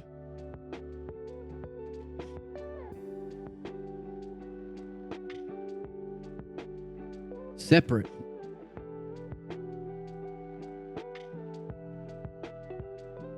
from particulars. Yeah, fit it in. Separate from particulars. You done that? Number 2. Have you, there are certain participations that have the same name. So, such as likeness and things that are like. Likeness. Likeness can affect things that I like. things that come to be, like, and, or justice. The word righteousness in the Greek is justice as well. It's a translating thing. I'm going to translate it either way. Justice and beauty, self. Actually, let's go justice, self, and beauty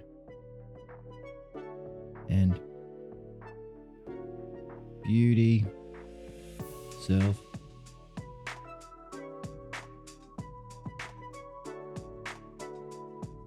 Affect.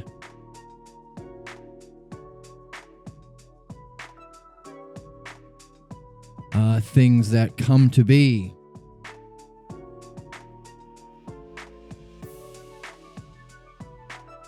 Come to be.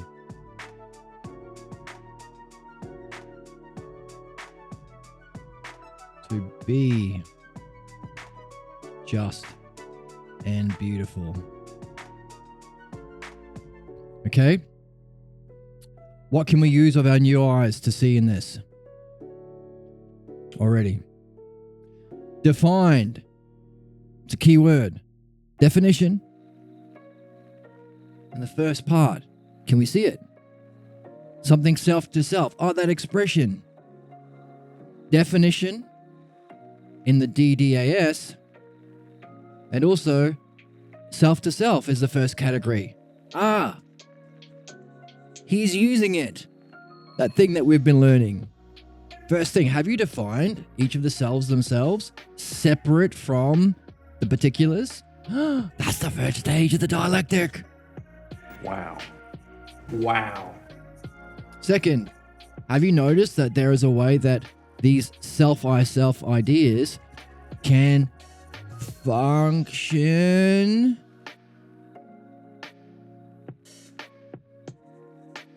Self to others. Number 2, demonstration. Holy crap. So, second thing he said, so Socrates, you've got a problem, right? Yeah, I've got a problem. You don't quite know these ideas. Yeah, no, I don't know these ideas. And you're confused about motion, rest, likeness, unlikeness, one and many. Yeah. Also, I heard you use the word beauty and good. Yeah. Do you know what they are separate from examples? Oh yeah, beauty and good I do. What? Really? Okay. Well, how about hair, mud and dirt? No, those I'm puzzled. Okay, gotcha. You're puzzled. All right. All of these things, hair, mud and dirt, beauty and justice, likeness. Have you first separated themselves so you can define them themselves, self to self? Definition? Or have you second seen that they have an effect, self to others, and they make things that are like? So justice itself in the realm of being, beauty itself in the realm of being, do have an effect? Somehow make things come to be just and beautiful? Self to others, demonstration. They demonstrate themselves. Also come to be.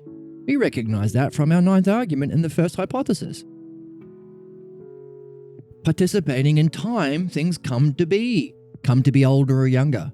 Also come to be just and beautiful. The realm of becoming. These things just is. These things either come to be or have become, either in the past, present, future. That was our whole 9th argument. And by the way, all of these completely cover ousia. And then he said, by the way, the one that is not ousia. Therefore, you can't say it is. And if you're defining one by one is ousia in some way, you can't say it's one either. So the one that is in one way is not one nor is. You have to use logos in a special way to see what one is actually means. So, ninth argument. Isn't that cool? What do you say, Owen? Wow. I agree. So, we can recognize that's demonstration. Let's keep going.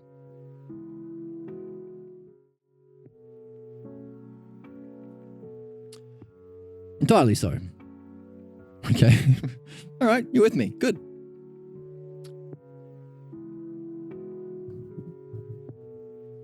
Now, surely, is it not the case then that each thing which has a share either has a share of the whole idea or a part? Or can there be some other way of participation other than these two ways? How can there be? So, I'm reading the text as it is, but you might notice I said other than or apart from. Different ways of reading this in the Greek. Both should fit.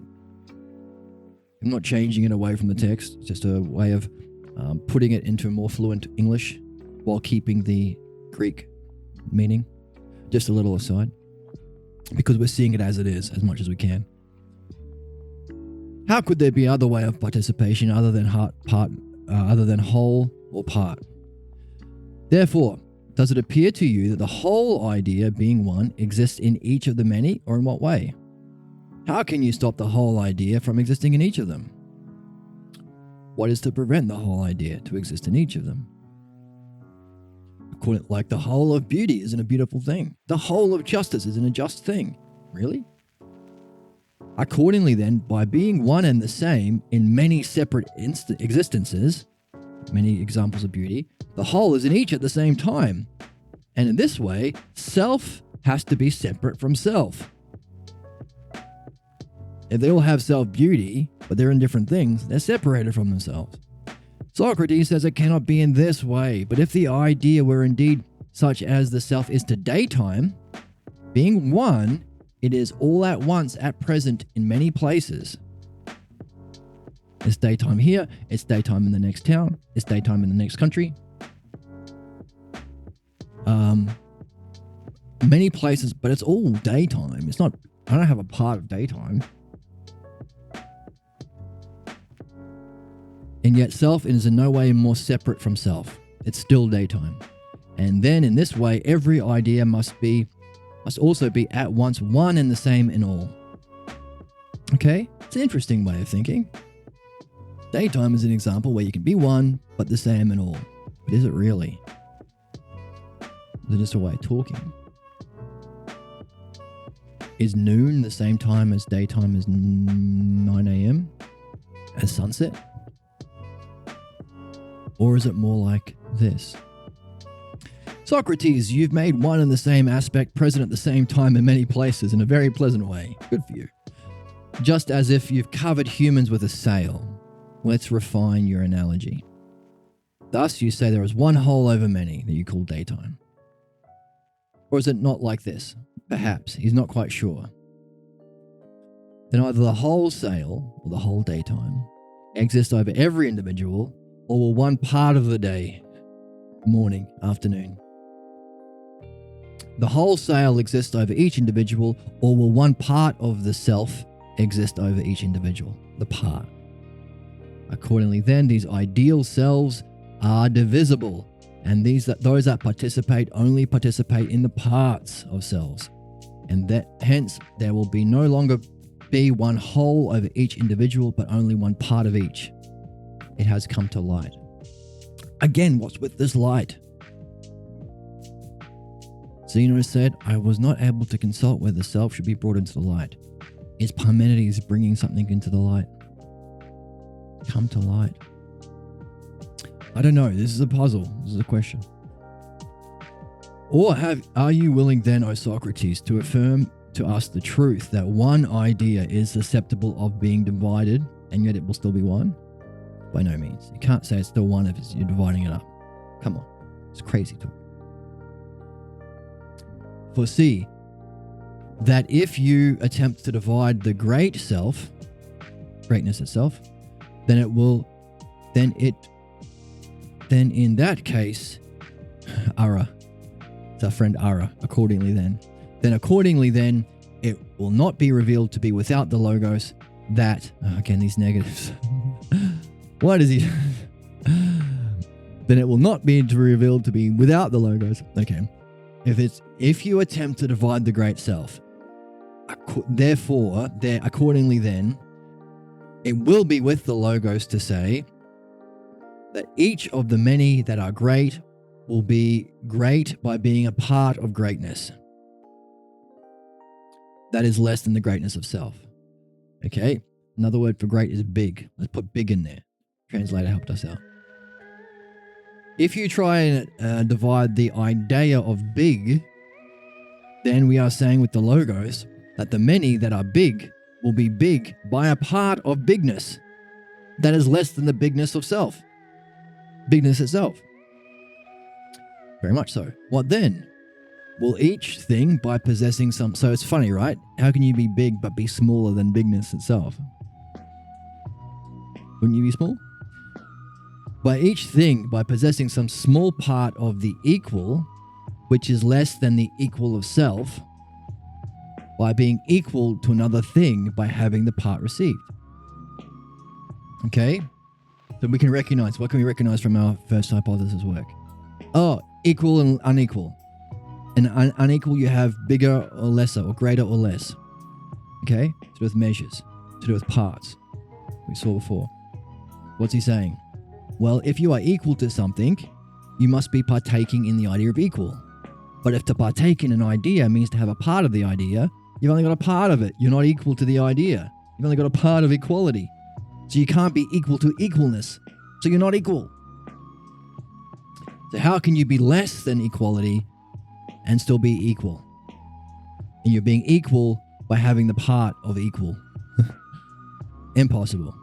Kind of complicated to say. You got to think it through. You got to imagine it. You gotta exercise your imagination. Imagine there being a wholesale called equality. That's the idea. If we partake in equalness of something, hey, I've got equal amount of pieces of pizza than you. I'm having equalness in some way. I can't have the whole of equalness because then other people can't be equal. So I've got to be a part. So I've got equalness, but I'm unequal to equalness. So how can I be unequal and be equal? That's impossible. Then if one of us has a part of the small, then in that case, the small self, so of isn't there. Small self. In English, we might say the small of self. If we keep in mind, we are talking about of self being. But if we know what we've seen already, small self is another way of saying the being of self. Then if there's no of in the Greek, then in that case, the small self will be bigger than this, since this is a part of itself, and thus the small self will be bigger. On the other hand, this to which the part of small will be added and subtracted will be smaller. So if you've got same thing, if it's a sail, you've got some smallness, then you've got a smaller part of smallness. So smallness is bigger. You're smaller than smallness. And smallness will be bigger. Smallness itself will be bigger than you if we participate by having a part. Again, if we understand the way we participate in terms of physical, which might be Socrates' problem. How do we participate in the ideas? There is something allowing the ideas to make things become, but how? Physical things, you can either have a part of a pizza or the whole pizza, part of the sale or the whole sale. But these are the absurdities that follow if you think that's the way in which we participate.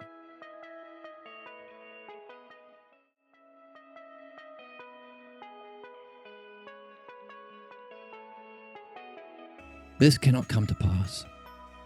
To thee then, O Socrates, in what way are the other existents able to have a share of the ideas, since they are unable to do so according to parts, nor according to wholes?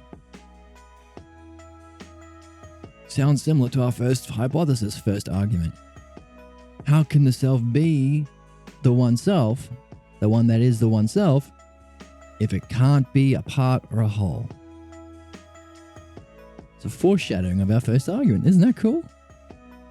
Wow. Yeah, I did a lot of work to answer that question. In a similar way, how can we participate of the higher level of being if not being a part or a whole of it? How can the one-self be one if it's not a whole or a part? Different subjects, but same argument, same puzzle. By Zeus, it does not appear to me to be in any way an easy matter to define something such as this. Yeah. What then? What do you say to this? To what? I suspect that you believe that each idea to be one from something such as this. When many particulars appear to thee to be great, you must opinion. Okay, he's already pegged him, right? I can see that your problem is you care about the opinions of people. I'm putting you in a certain class, a certain hierarchy or order that allows me to judge you like a doctor can judge his patients. Okay, it's important to judge relative to a model or a hierarchical order so that I can respond to you goodly, beneficially. Remember, he said, oh, I can see what you're doing. You're in the realm of opinions of humans. Okay. Now, what are you going to do with that? Insult you? Mock you? Use humor to mock you? Make you feel bad? Call you a narcissist? Right.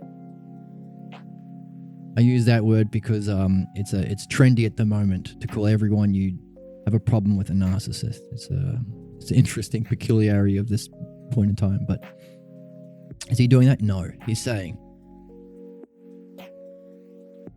you opine by looking at all of those particulars that there is one common ideal self to be found equally in their case, from whence you are led to believe that the great to be one. It's an inferred concept, not an idea. Very familiar. Hey, there is no actual idea of one. We just see lots of one things and we make it up. It's an artifact of a language, an inferred concept. Recognize it. Heard it before. Thought it before.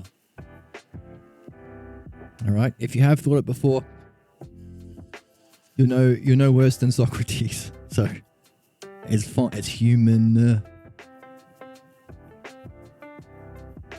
Hey, I thought the beings were just inferred concepts. So I'm as smart as Socrates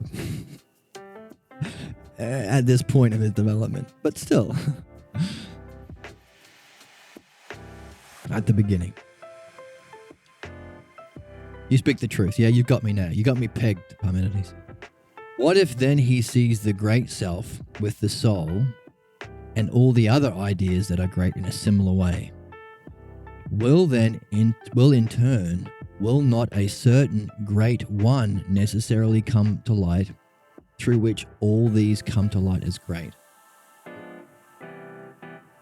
Okay, that's the difference. Either you say it's an inferred concept from seeing a bunch of particulars with your eyeballs, or you can turn your soul around. What have we called that? Ousia. And see greatness itself and the other ideas. He's talking about how we can see the ideas themselves. Turning around the soul. Turning around the soul. Ousia. Seems so. Man, that seems so. I mean, I'm not there yet, but it seems so. Okay. Accordingly then, another offspring idea of greatness will appear besides the great self, and also partake of those who partake of self, and besides these, yet another, in turn, through which all these appear to be great. Surely then each of those ideas will no longer be one, but an infinite many. The infinite many problem. Okay, this is the definition of the infinite many problem. What does he do? Socrates gets it or he doesn't. If he gets it, we move on to the next point in our journey, the next stone on the path across the pond, the hero's journey. If not, definition. If not, division, and then we'll be together. After we synthesize and analyze our divisions into arguments. Oh, Parmenides, so can we see it in the definition?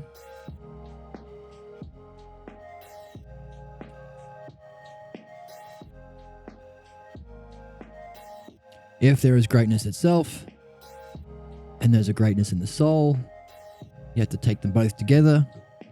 Self-greatness, the greatness in the soul, put them into a class and call that great. But now you've got these things and this thing, and that's great. And then can call all those things great, and so on and so on. So what's the key?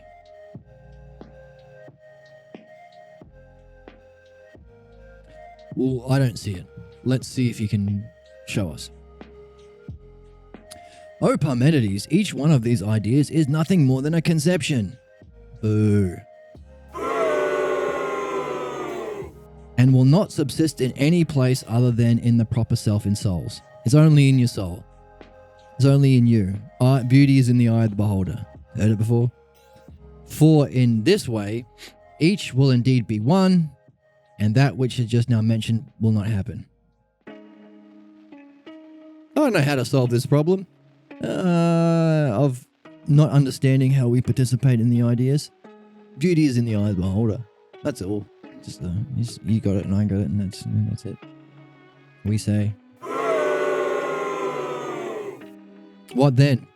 Is each one of these intellections one?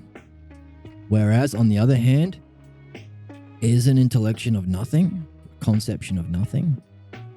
Hey, even if it is an inferred concept, what's it a concept of? Nothing? Emptiness? It's got to have some kind of nature. It can't be nothing. Not nihilism. We still use the word beauty. We still think there's something there that we're seeing, that we call beautiful. We're not mad. Surely there we can see a distinction between beauty and ugly. And we recognize there's some sort of objection. We wouldn't have models if we didn't recognize that there is something more beautiful than others.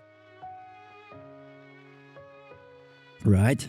We don't hang finger paintings of 4-year-olds in the Louvre. So it's not of nothing. So it's a thought about something. Hence, it's an intellection of a certain something, yeah. Being or non-being? Well, we said it can't be non-being, can't be nothing, so it must be of being. Will it not be a certain entity, which the intellect intellects in every case as being one certain idea? There's still one idea of beauty. Yep. Then will not this idea that is being intellected be one?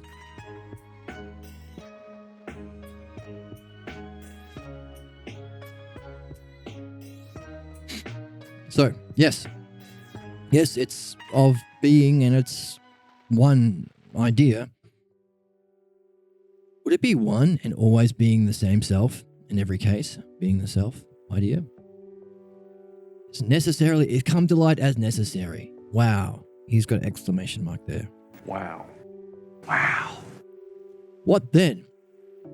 Or does it not appear necessary for thee to say, inasmuch as other things participate in the ideas, each one of them must be composed of intellections? We see non here. That's V's and N, and the N's and N. That's from the word nous. And all of them in turn must be able to knowing, from noesis, or knowingness. So, these ideas are of something, right? They're not non-being, no, they're being, right? And if they're thought of, they must themselves be able to think. They're not going to be, if they are higher intellectual ideas. They're going to be of a higher intellect than just you. So they're more thinking. They wouldn't be without mind. If you grasp it through your mind, they must be of the nature of mind. If you can see something, there must be something that makes it seeable. Be no logos to say that they are not able to think and they are without mind. So we're learning something of the beings. Those things that we've been using in the first hypothesis have intelligence. They're alive in some way. Oh my God. Right?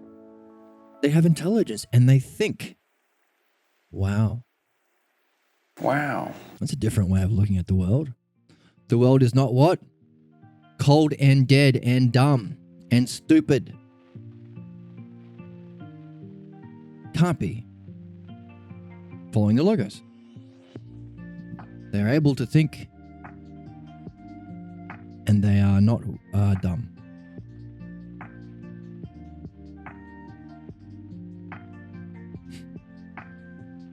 It possesses no logos to say that they are dumb without mind.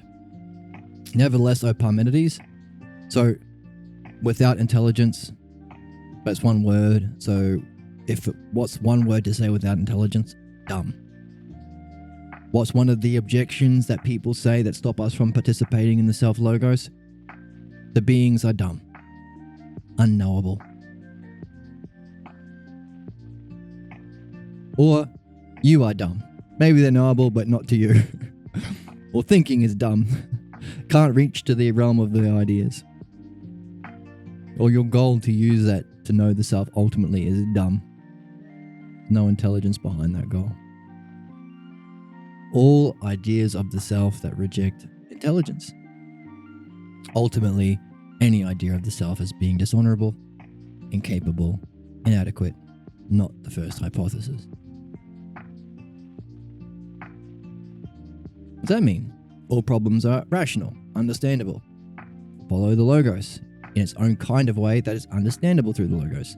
Meaning, all problems are rational and therefore solvable. Would be one weird video game if you're stuck in level 4 of 10 levels and there's no way of solving the puzzle to get out of that level. No way of leveling up. Right. O Parmenides, it seems to me to be clearly seen especially as follows. On one hand, these ideas are set up in their very nature as paradigms.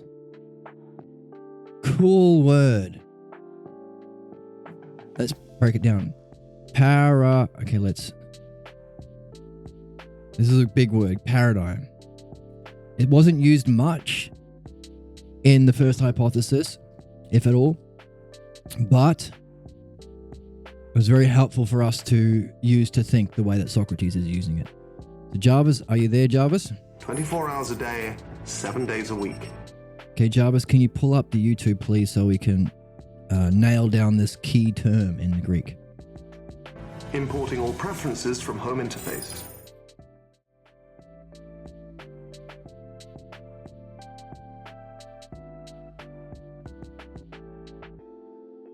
Pasting it in, copying it. Now that we have it in this paradigmata.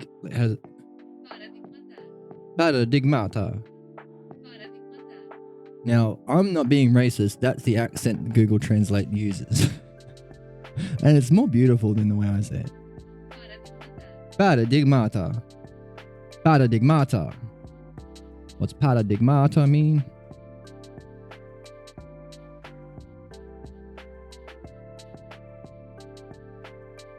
Model. Yeah. Well, no joke. It sounds like paradigm, right? You know what a paradigm means?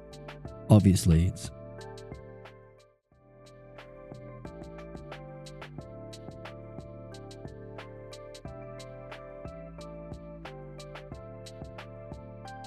there are certain paradigms or models, whereas on the other hand, the others are assimilated to these models. Assimilated to. assimilated, becoming similar, experiencing sameness, likeness. And okay. So I looked at assimilated. What did I do? I saw assimilated, become similar. Oh, okay, becoming. We're in the world of becoming. Similar. What's another word for similar? Likeness. To become likeness is to experience likeness. The first hypothesis said, what is likeness but to experience the same? To become towards the same is likeness, which is experience. So I connected it to the argument on likeness that we went through. As we read further, he did the same thing. The others are assimilated to these models and are their likenesses. Cool, we saw it before he even said it. And the self-participation by other things is nothing... participation, we know that keyword. Is nothing other than... We know others as well, we use others all the way through. It's nothing else other than to become assimilated to the selves of the ideas. Right? Participation is to become similar, is to participate of equal or unequal shares, which is towards what? To become like, which is towards what? To be experiencing, towards what? The same as what? The self-ideas. Those were arguments, I think 6, 7, and 8 of the hypothesis. So we're using the key terms that we defined in our thinking. So another great thing about Parmenides, because these are the highest and most universal words that you will ever use in your day, everything you talk about is going to be some mixture of likeness or assimilation or participation or experience or same or motion or rest. By nailing it down in the first hypothesis, you can use it in a cool way. You can navigate the world better, like you can navigate the world in the game, the more you've leveled up your skills. Efficiently, simply, sufficiently, right? You can have fun. Wow. So, the others are assimilated to the models by participation in the self, become assimilated to the selves of the ideas. Sounds alright. Can't apply to the one-self. Why? Doesn't participate. Doesn't have likeness. Doesn't become same. Doesn't even become anything. And is beyond the ideas because it's beyond even existence. The one that is not the one that exists. So it might be a way of explaining how the physical participates in being. I haven't seen it yet, we're going to keep going. Doesn't apply to the one-self though. Is that cool to see? The whole time we're going through Socrates' reasoning, we can also be reflecting on our puzzle, the greatest puzzle. What is the one-self? We do both. Therefore, if anything becomes like the idea, can it be possible that the idea not be like that which is becoming assimilated? And by as much as the assimilated nature is rendered like self? Or is there any reason why the like cannot be like the like? So the more you become like the idea is becoming like you. Or are you saying the like can't be like you? Because you're saying likeness itself can't be like things. There's no reason why you can't say that. Accordingly then, is there not a great necessity? Notice, necessity is part of our reasoning all the way through. Logical necessities, rational necessities, necessities from our previous arguments. Seeing how this is true and must be true. Cool? Wow. Is there not a great... So Parmenides is foreshadowing, hey, this thinking involves what's necessary. Is there not a great necessary to the relationship of like to like? Should participate of one paradigm, or he says idea here. But Socrates is calling it the paradigm. Parmenides didn't correct him.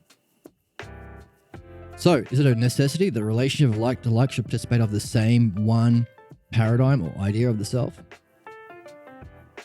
Of self-likeness? They're both becoming like the same thing, right? Yeah.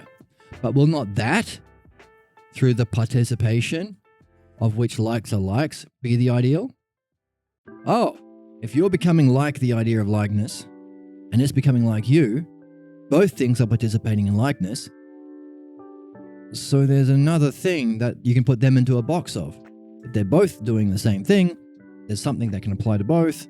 So that's the box of likeness. So that box would be self-likeness.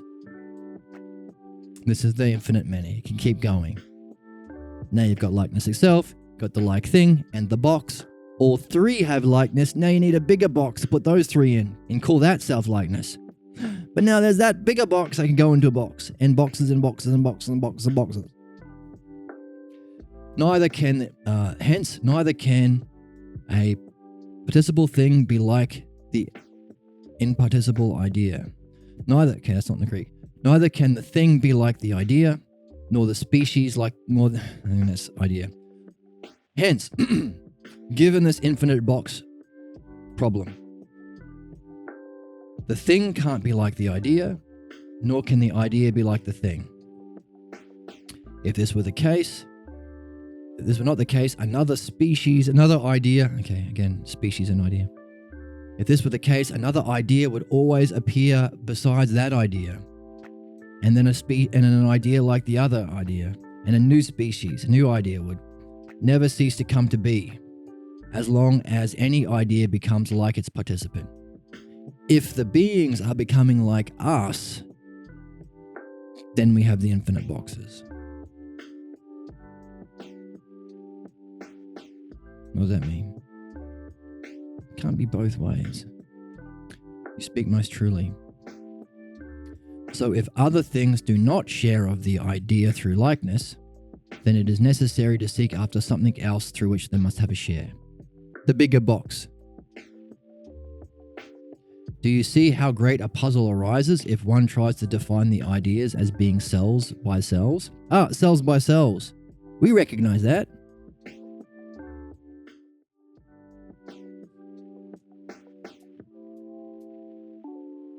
Cells by cells. The infinite box is one puzzle that arises if you try to define cells by cells each of the ideas.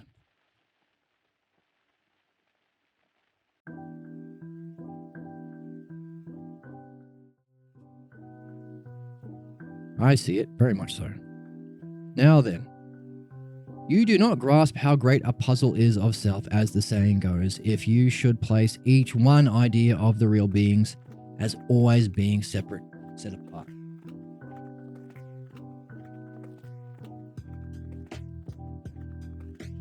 On the one hand, what do you mean? Socrates says, What? on the one hand, there are many other puzzles indeed, but on the other hand, the following one is the greatest. If anyone should say the idea cells cannot even be properly known, as we said they must be, it could not even be proven to anyone that he's mistaken. Don't think the self-ideas are self-knowable. It couldn't be proven that you're wrong.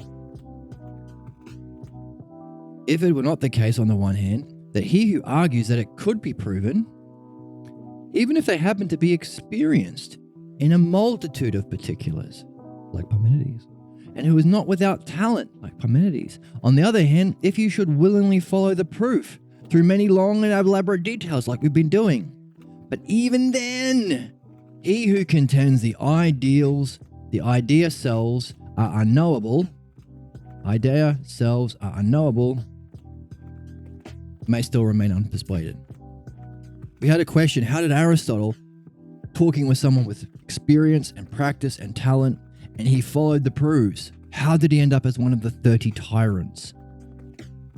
Maybe he had this problem.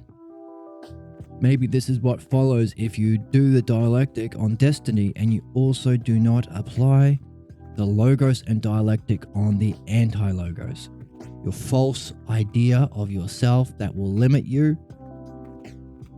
And he's saying the biggest problem is, if in your idea of self, that's the problem, the bad self, the incorrect or inadequate self, that it cannot know the self-ideas. The self-ideas are unknowable. you do not address that problem that was gained what? From the opinions of human beings who did what? Appeared to be knowing but were certain and were arrogant. They were unable to be persuaded. They were pig-headed but appeared. Pig-headed seems like someone who might know. Right? If you are convinced by those people, you might still become a tyrant. You might still have your problems and play out to whatever level you can reach following Peter's principle. Whatever level you get promoted to will be a level through which you play out your problem. If you don't also address the contradictions, the counterattacks, remove the false, inadequate idea of the self as well. That tells you can't know being. Maybe that's why Aristotle became the tyrant. Maybe. It's a puzzle. Biggest problem. By the way, if the whole point of dialectic is to know the beings in Zeno's exercises and then to use them to know the self, can you begin that process if you fundamentally believe there is no such thing as being or it's unknowable? Even if you're open-minded and smart enough to follow Parmenides? How strong is the allegiance to our false beliefs? That's the issue. Must have been strong enough to keep the human species alive hundreds of thousands of years ago when we were stupid and trying to survive our evolution. Must have been pretty strong that even if you meet a Parmenides, practiced, talented, many arguments, you still won't be proven, you still won't be convinced. See the significance of philosophical midwifery, which is a name given to using the dialectic to find the causes of those problems. You are not good enough, you are too stupid, thinking is not good enough, dialectic is useless, beings are unknowable, this level, self is a bad goal, follow the opinions of us many because of our family and society, because of the evolution of humanity, because of the necessity to gain a problem in the human journey. Order of causes. All saying the self is inadequate. One of the key ones, selves are unknowable. Pretty insightful, Parmenides. Wow. In what way, Parmenides? In a way that I think both you and any other person who would set up the ousia. We know what ousia is now. Well, vaguely. We got a quick demonstration in the first hypothesis. Existing in some way, being in some way, participating in some way of existence or being. Set up the ousia of each idea as subsisting self by self. You must agree in the first place that none of these ideal selves subsist in us. Number one, the one self is not in us, can't be in another. Number two, the idea selves in being are not in human souls. They're in the realm of being. This is important because what ousia means. Why? Well, if the ideas change depending on how like we are to beauty, we're becoming more like beauty and beauty is becoming more like us, then you have the infinite box argument. If likeness is becoming more like at the same time we're becoming more like it, then both are participating in likeness. What if it's not becoming like us? What if we don't change within our souls? We don't change beauty itself. I don't know. It just came to me. Could that be a solution to the box argument? Maybe. Let's keep going. If we did put the ideas in us, concepts, how could their ousia still subsist self by self? Okay, the whole thing falls down. You can't even begin a dialectic. Zeno's dialectic, let alone the first hypothesis of Parmenides' dialectic. You can't even do the precursors. You can't even do the dialectics on knowledge to bring you to being. Because the first thing is what? Definition. The idea self to self, separate from particulars. How could you have the ousia if they did not subsist self by self? We're always talking about ousia in the xenodialectics.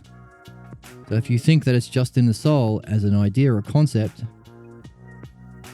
can't even begin. That's why it's a puzzle. There's a destiny of man? Oh, okay, I'm open to the idea. How do you get there? Oh, it's easy. It's not easy, but it's it's possible. It's the dialectic. Oh, really? Oh, cool. All right, I'm open to that. Oh, I want to level up. I recognize there are hierarchies in nature. I recognize that not all people are the same. Some people can run faster than others, and I recognize the same thing applies to mind and personal development. I'm smarter now than I was when I was young. It's like fighting now. I'm more interested in higher pursuits now. Okay, I'm open to that. I'm willing to hear you, philosopher. Okay, let's do this. Let's do this dialectic thing to evolve, level up, right? I want to do this. What's the first step? Oh, define the ousia of the subject. Pick a subject you're interested in. Beauty, justice, likeness, motion, whatever you're most interested in. It has to be one of the ideas in the realm of being. So let's pick, I don't know, let's say beauty. Okay. Now, the first step, define the ousia of it self by self. Oh, I can't do that. Sorry, mate. What? No, I can't do that. This is the first step. Got a lot of steps to do. No. Well, why not? Well, I don't think there is a self by self. I don't think there is an ousia. So I can't do that first definition step. It doesn't have an existence of itself. It's just in our souls. It's just a concept. So maybe others back to self. Maybe do the fourth step. Or maybe do the negative side of the dialectic. What happens if beauty doesn't exist as ousia? I could do that. But no, I'm out. Oh, now I get it. This is why Parmenides says it's the greatest puzzle. You can't even do step one.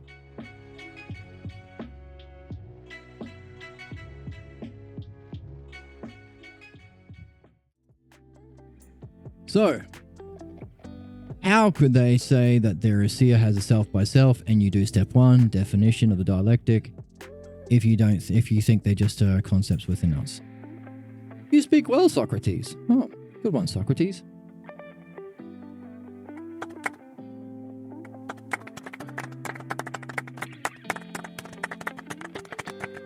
Is it not also the case that the ideas that exist in relation to each other, however many they are, maintain their self-ousia in relation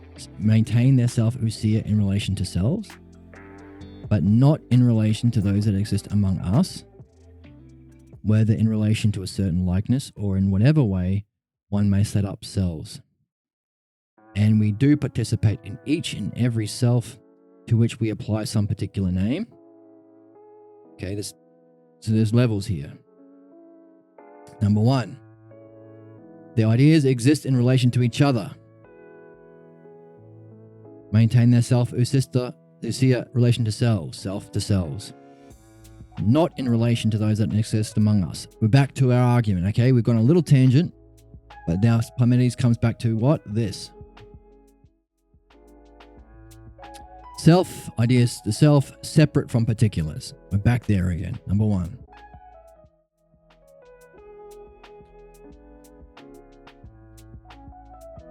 Not relating to particulars among us.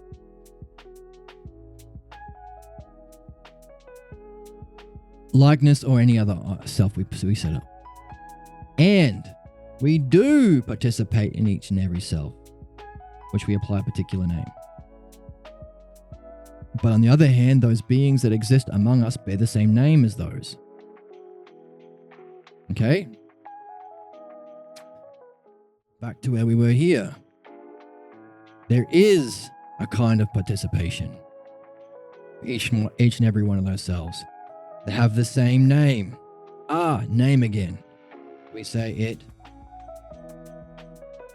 Let's go to this one. It bears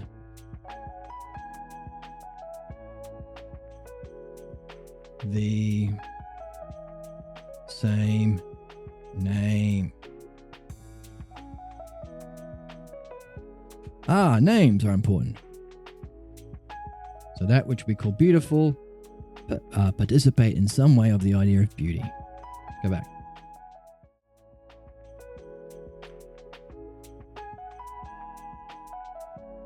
But on the other hand, okay, separate argument in the Greek here. Those beings that exist among us bear the same name as those. And again, selves also exist in relation to ourselves, but not in relation to those ideas. Oh, what's that?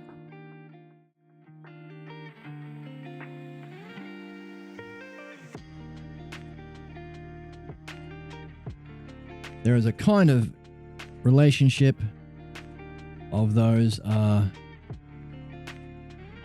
bear the same name, particulars in relation to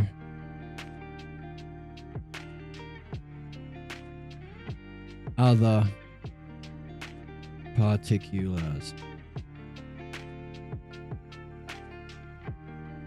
but not the ideas. It's a different way of looking at things. We got 3 ways of viewing reality. The self only exists in relation to themselves and they're not connected to us. Number 2, there is a connection to us, those which bear the same name. Number 3, those particulars have a relationship to other particulars but not the ideas. I say beauty, you say beauty, we know what we mean, but there's no beauty itself. Different way of thinking. And again, selves exist in relation to themselves, but not in relation to those with whom they only share their name. Okay. 4th.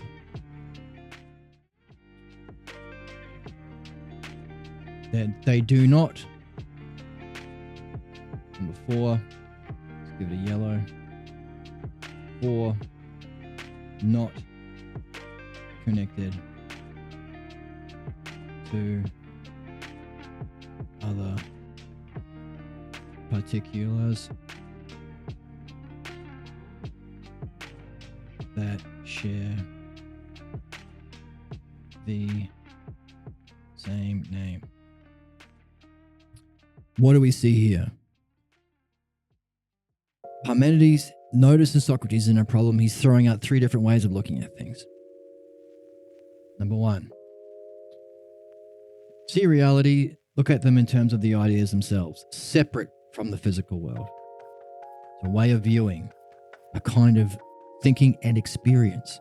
Number 2, see the connection between the divine and us. Number 3, see the connection only between others to other others. Right? So we've got self to self, self to others, others to others, and our last one would be others back to self. Here's the thing. This is a difference.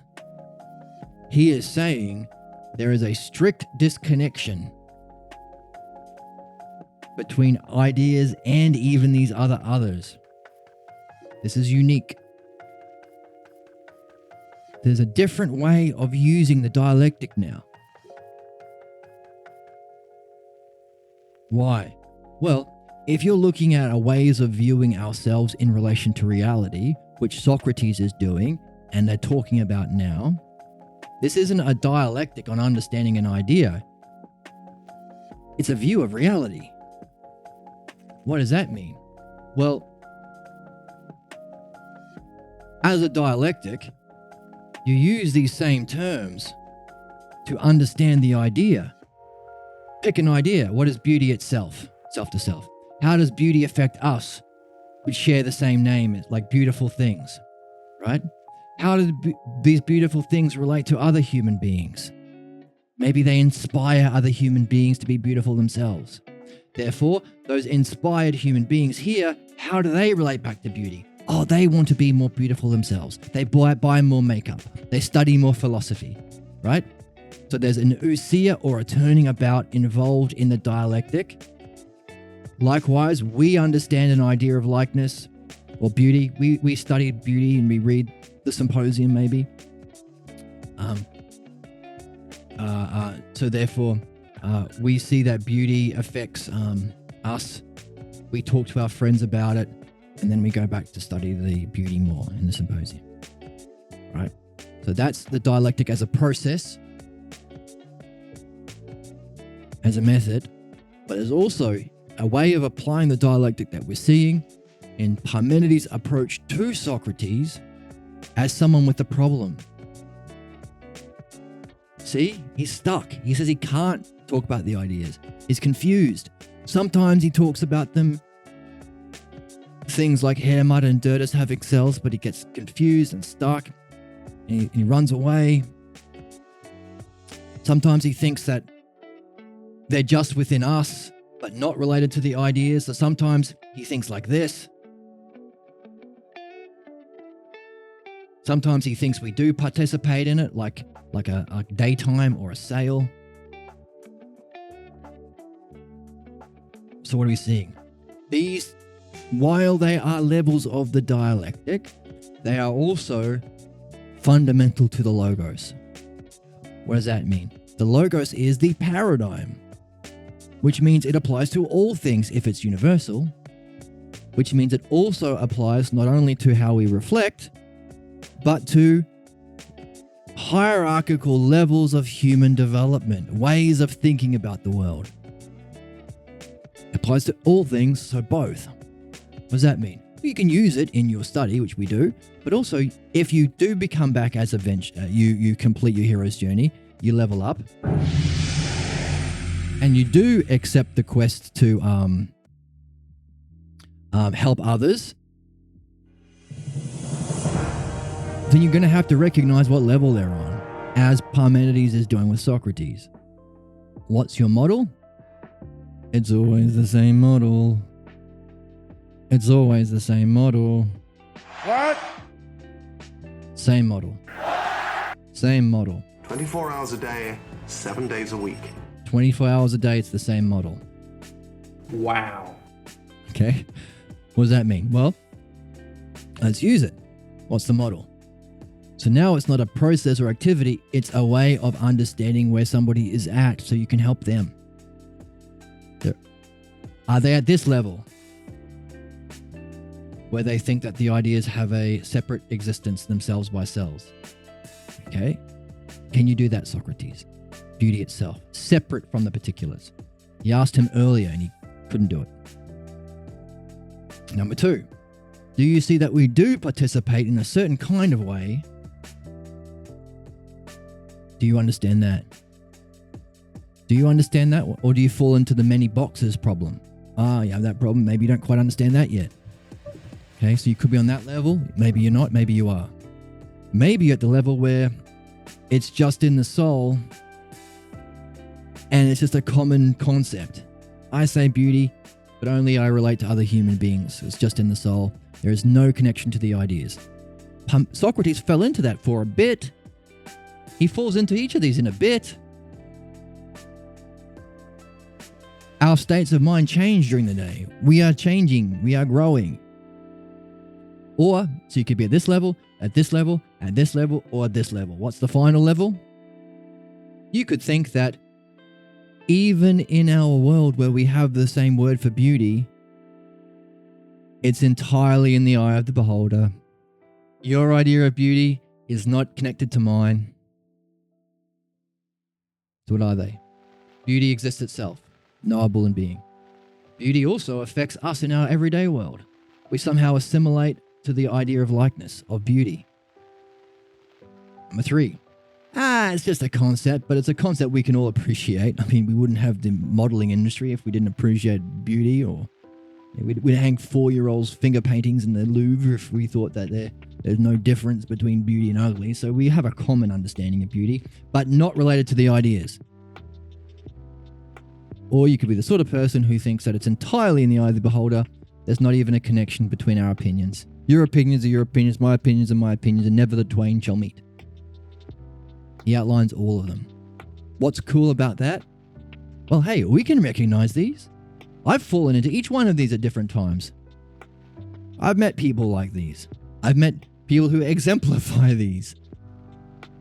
But we can use our understanding and study of the logos and the dialectic to order them, to hang them on something. We have a coat hook. We have a skill tree. This is our 4 skill tree that we've been developing as the adventurer.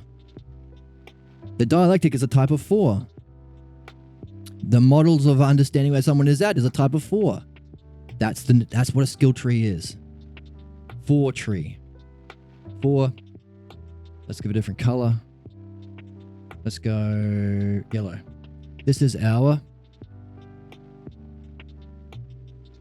making it more tree-like, our 4 skill tree. What have we done? We've recognized by developing our 4 skill tree. How? By recognizing DDAS, definition, demonstration, division, analysis, and synthesis, and also SO, self-self, self-others, others, other self. We put that into our 4 skill tree. So when Parmenides used it, applied his skills, we recognized it. We've leveled up. We can recognize what he's doing by seeing, oh, that's that 4.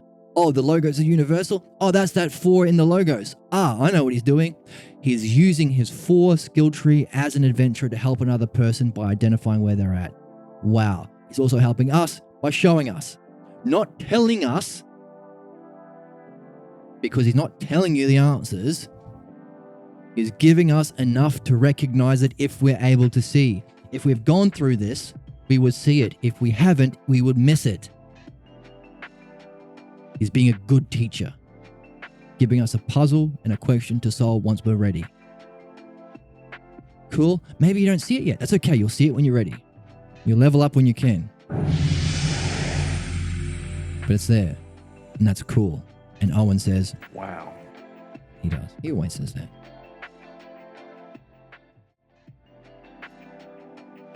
Okay. Now, back to... Oh, and Socrates says, how do you mean? Okay. All right. Just give us an explanation.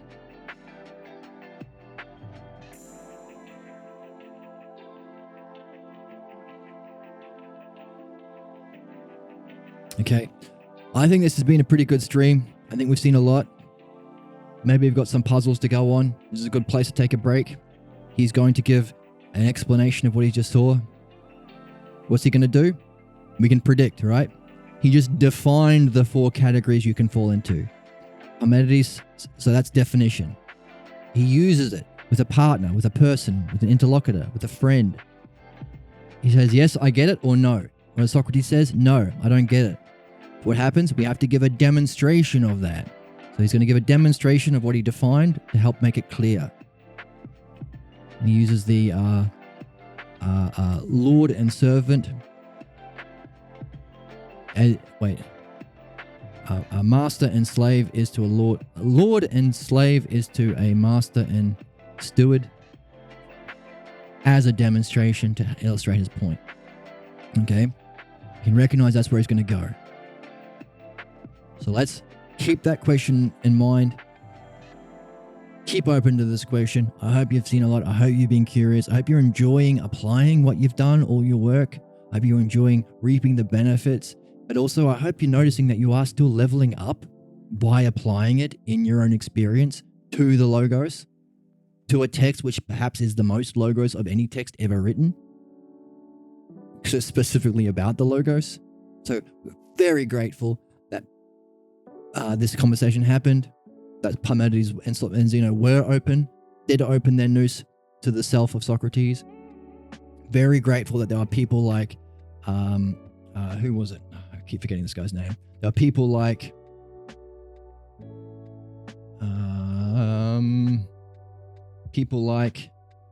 very grateful, going through my notes here, that there are people like Pythagoras, who valued it enough to talk about it a lot, to nail it down, to repeat it. People like Antiphon, who also valued it and listened to him a lot. There are people like Cephalus, who wanted to hear about it and travel all the way to find it. Thankfully, we have the internet. We don't have to travel as far, which is, we're at that bottleneck of human history where we have the technology to destroy ourselves, but we have the technology to share this. Socrates and his buddies walked a long way. Thankfully, they lived in a part of the world and a part of history where there was someone like Parmenides around. Thankfully, he had a teacher like Xenophanes that he was able to learn from. But we have the internet now, so we don't have to walk as far. We have to walk to our computer. So, while we had the potential to destroy ourselves, we have the potential to discover our highest destiny through this technology. Thankfully, they had this conversation. Thankfully, they repeated it. Thankfully, they valued it. Thankfully, to the Balboas, that they have a fantastic text. Thankfully, he worked with Dr. Grimes to learn, discover this logos himself as well. And thankfully, we have the opportunity to share it with each other over the internet platforms and go on this adventurous quest together. And I hope you have some questions. I hope you found this exciting. I hope you were puzzled and you were apore. What's the word? I had a fun Greek way of saying it. I hope you were not paradigmata, the other one. Okay. Aporia, puzzled, stung, at a loss. But I hope you climbed out of that abyss and you applied yourself more. And I hope to see you next time, where we're going to finish the last of the introduction and then run through the first hypothesis to the end and jump into the second. What the heck is the second hypothesis? How does it relate to these questions about the ideas themselves? Because everything he's been talking about to Socrates doesn't seem to be in the realm of the first hypothesis. The ideas existing themselves in Ousia? The first hypothesis is beyond Ousia. How does it relate to our souls? It doesn't relate. There's no experience. There's no participation. Well, not in regular logos. Maybe this is the regular logos that we say does not apply to the first hypothesis. Maybe us saying, oh, by the way, this kind of reasoning doesn't really apply to the first hypothesis. Experience, participation, likeness, unlikeness. All these qualities that apply to Ousia or existence don't apply to the one that's the one self. It's a whole different way of reasoning, a special way that we had to unlock, a certain pattern. And we had to fill in the blanks ourselves to make it our own. So this whole logos here that we're following does not apply to the one self. Could that be the logos that he's saying can't be applying to the first hypothesis? Maybe. It helps to go back and see how the logos is being used for someone at the beginning. And it will also help us in our question, what the heck is the first hypothesis? How is that the ultimate goal? How can we say it doesn't have a logos if we just went through a heck of a logos? And why does it not relate to this logos here at all? Hope you have some questions. I hope you're puzzled. Hope you're excited. I'm excited. This is fun. I hope to see you tomorrow. Like and subscribe and all that. Follow me on Twitch if you want to participate in real time. Or just enjoy these videos. Share them with your friends if you think they're interested in them. Thank you so much for joining me.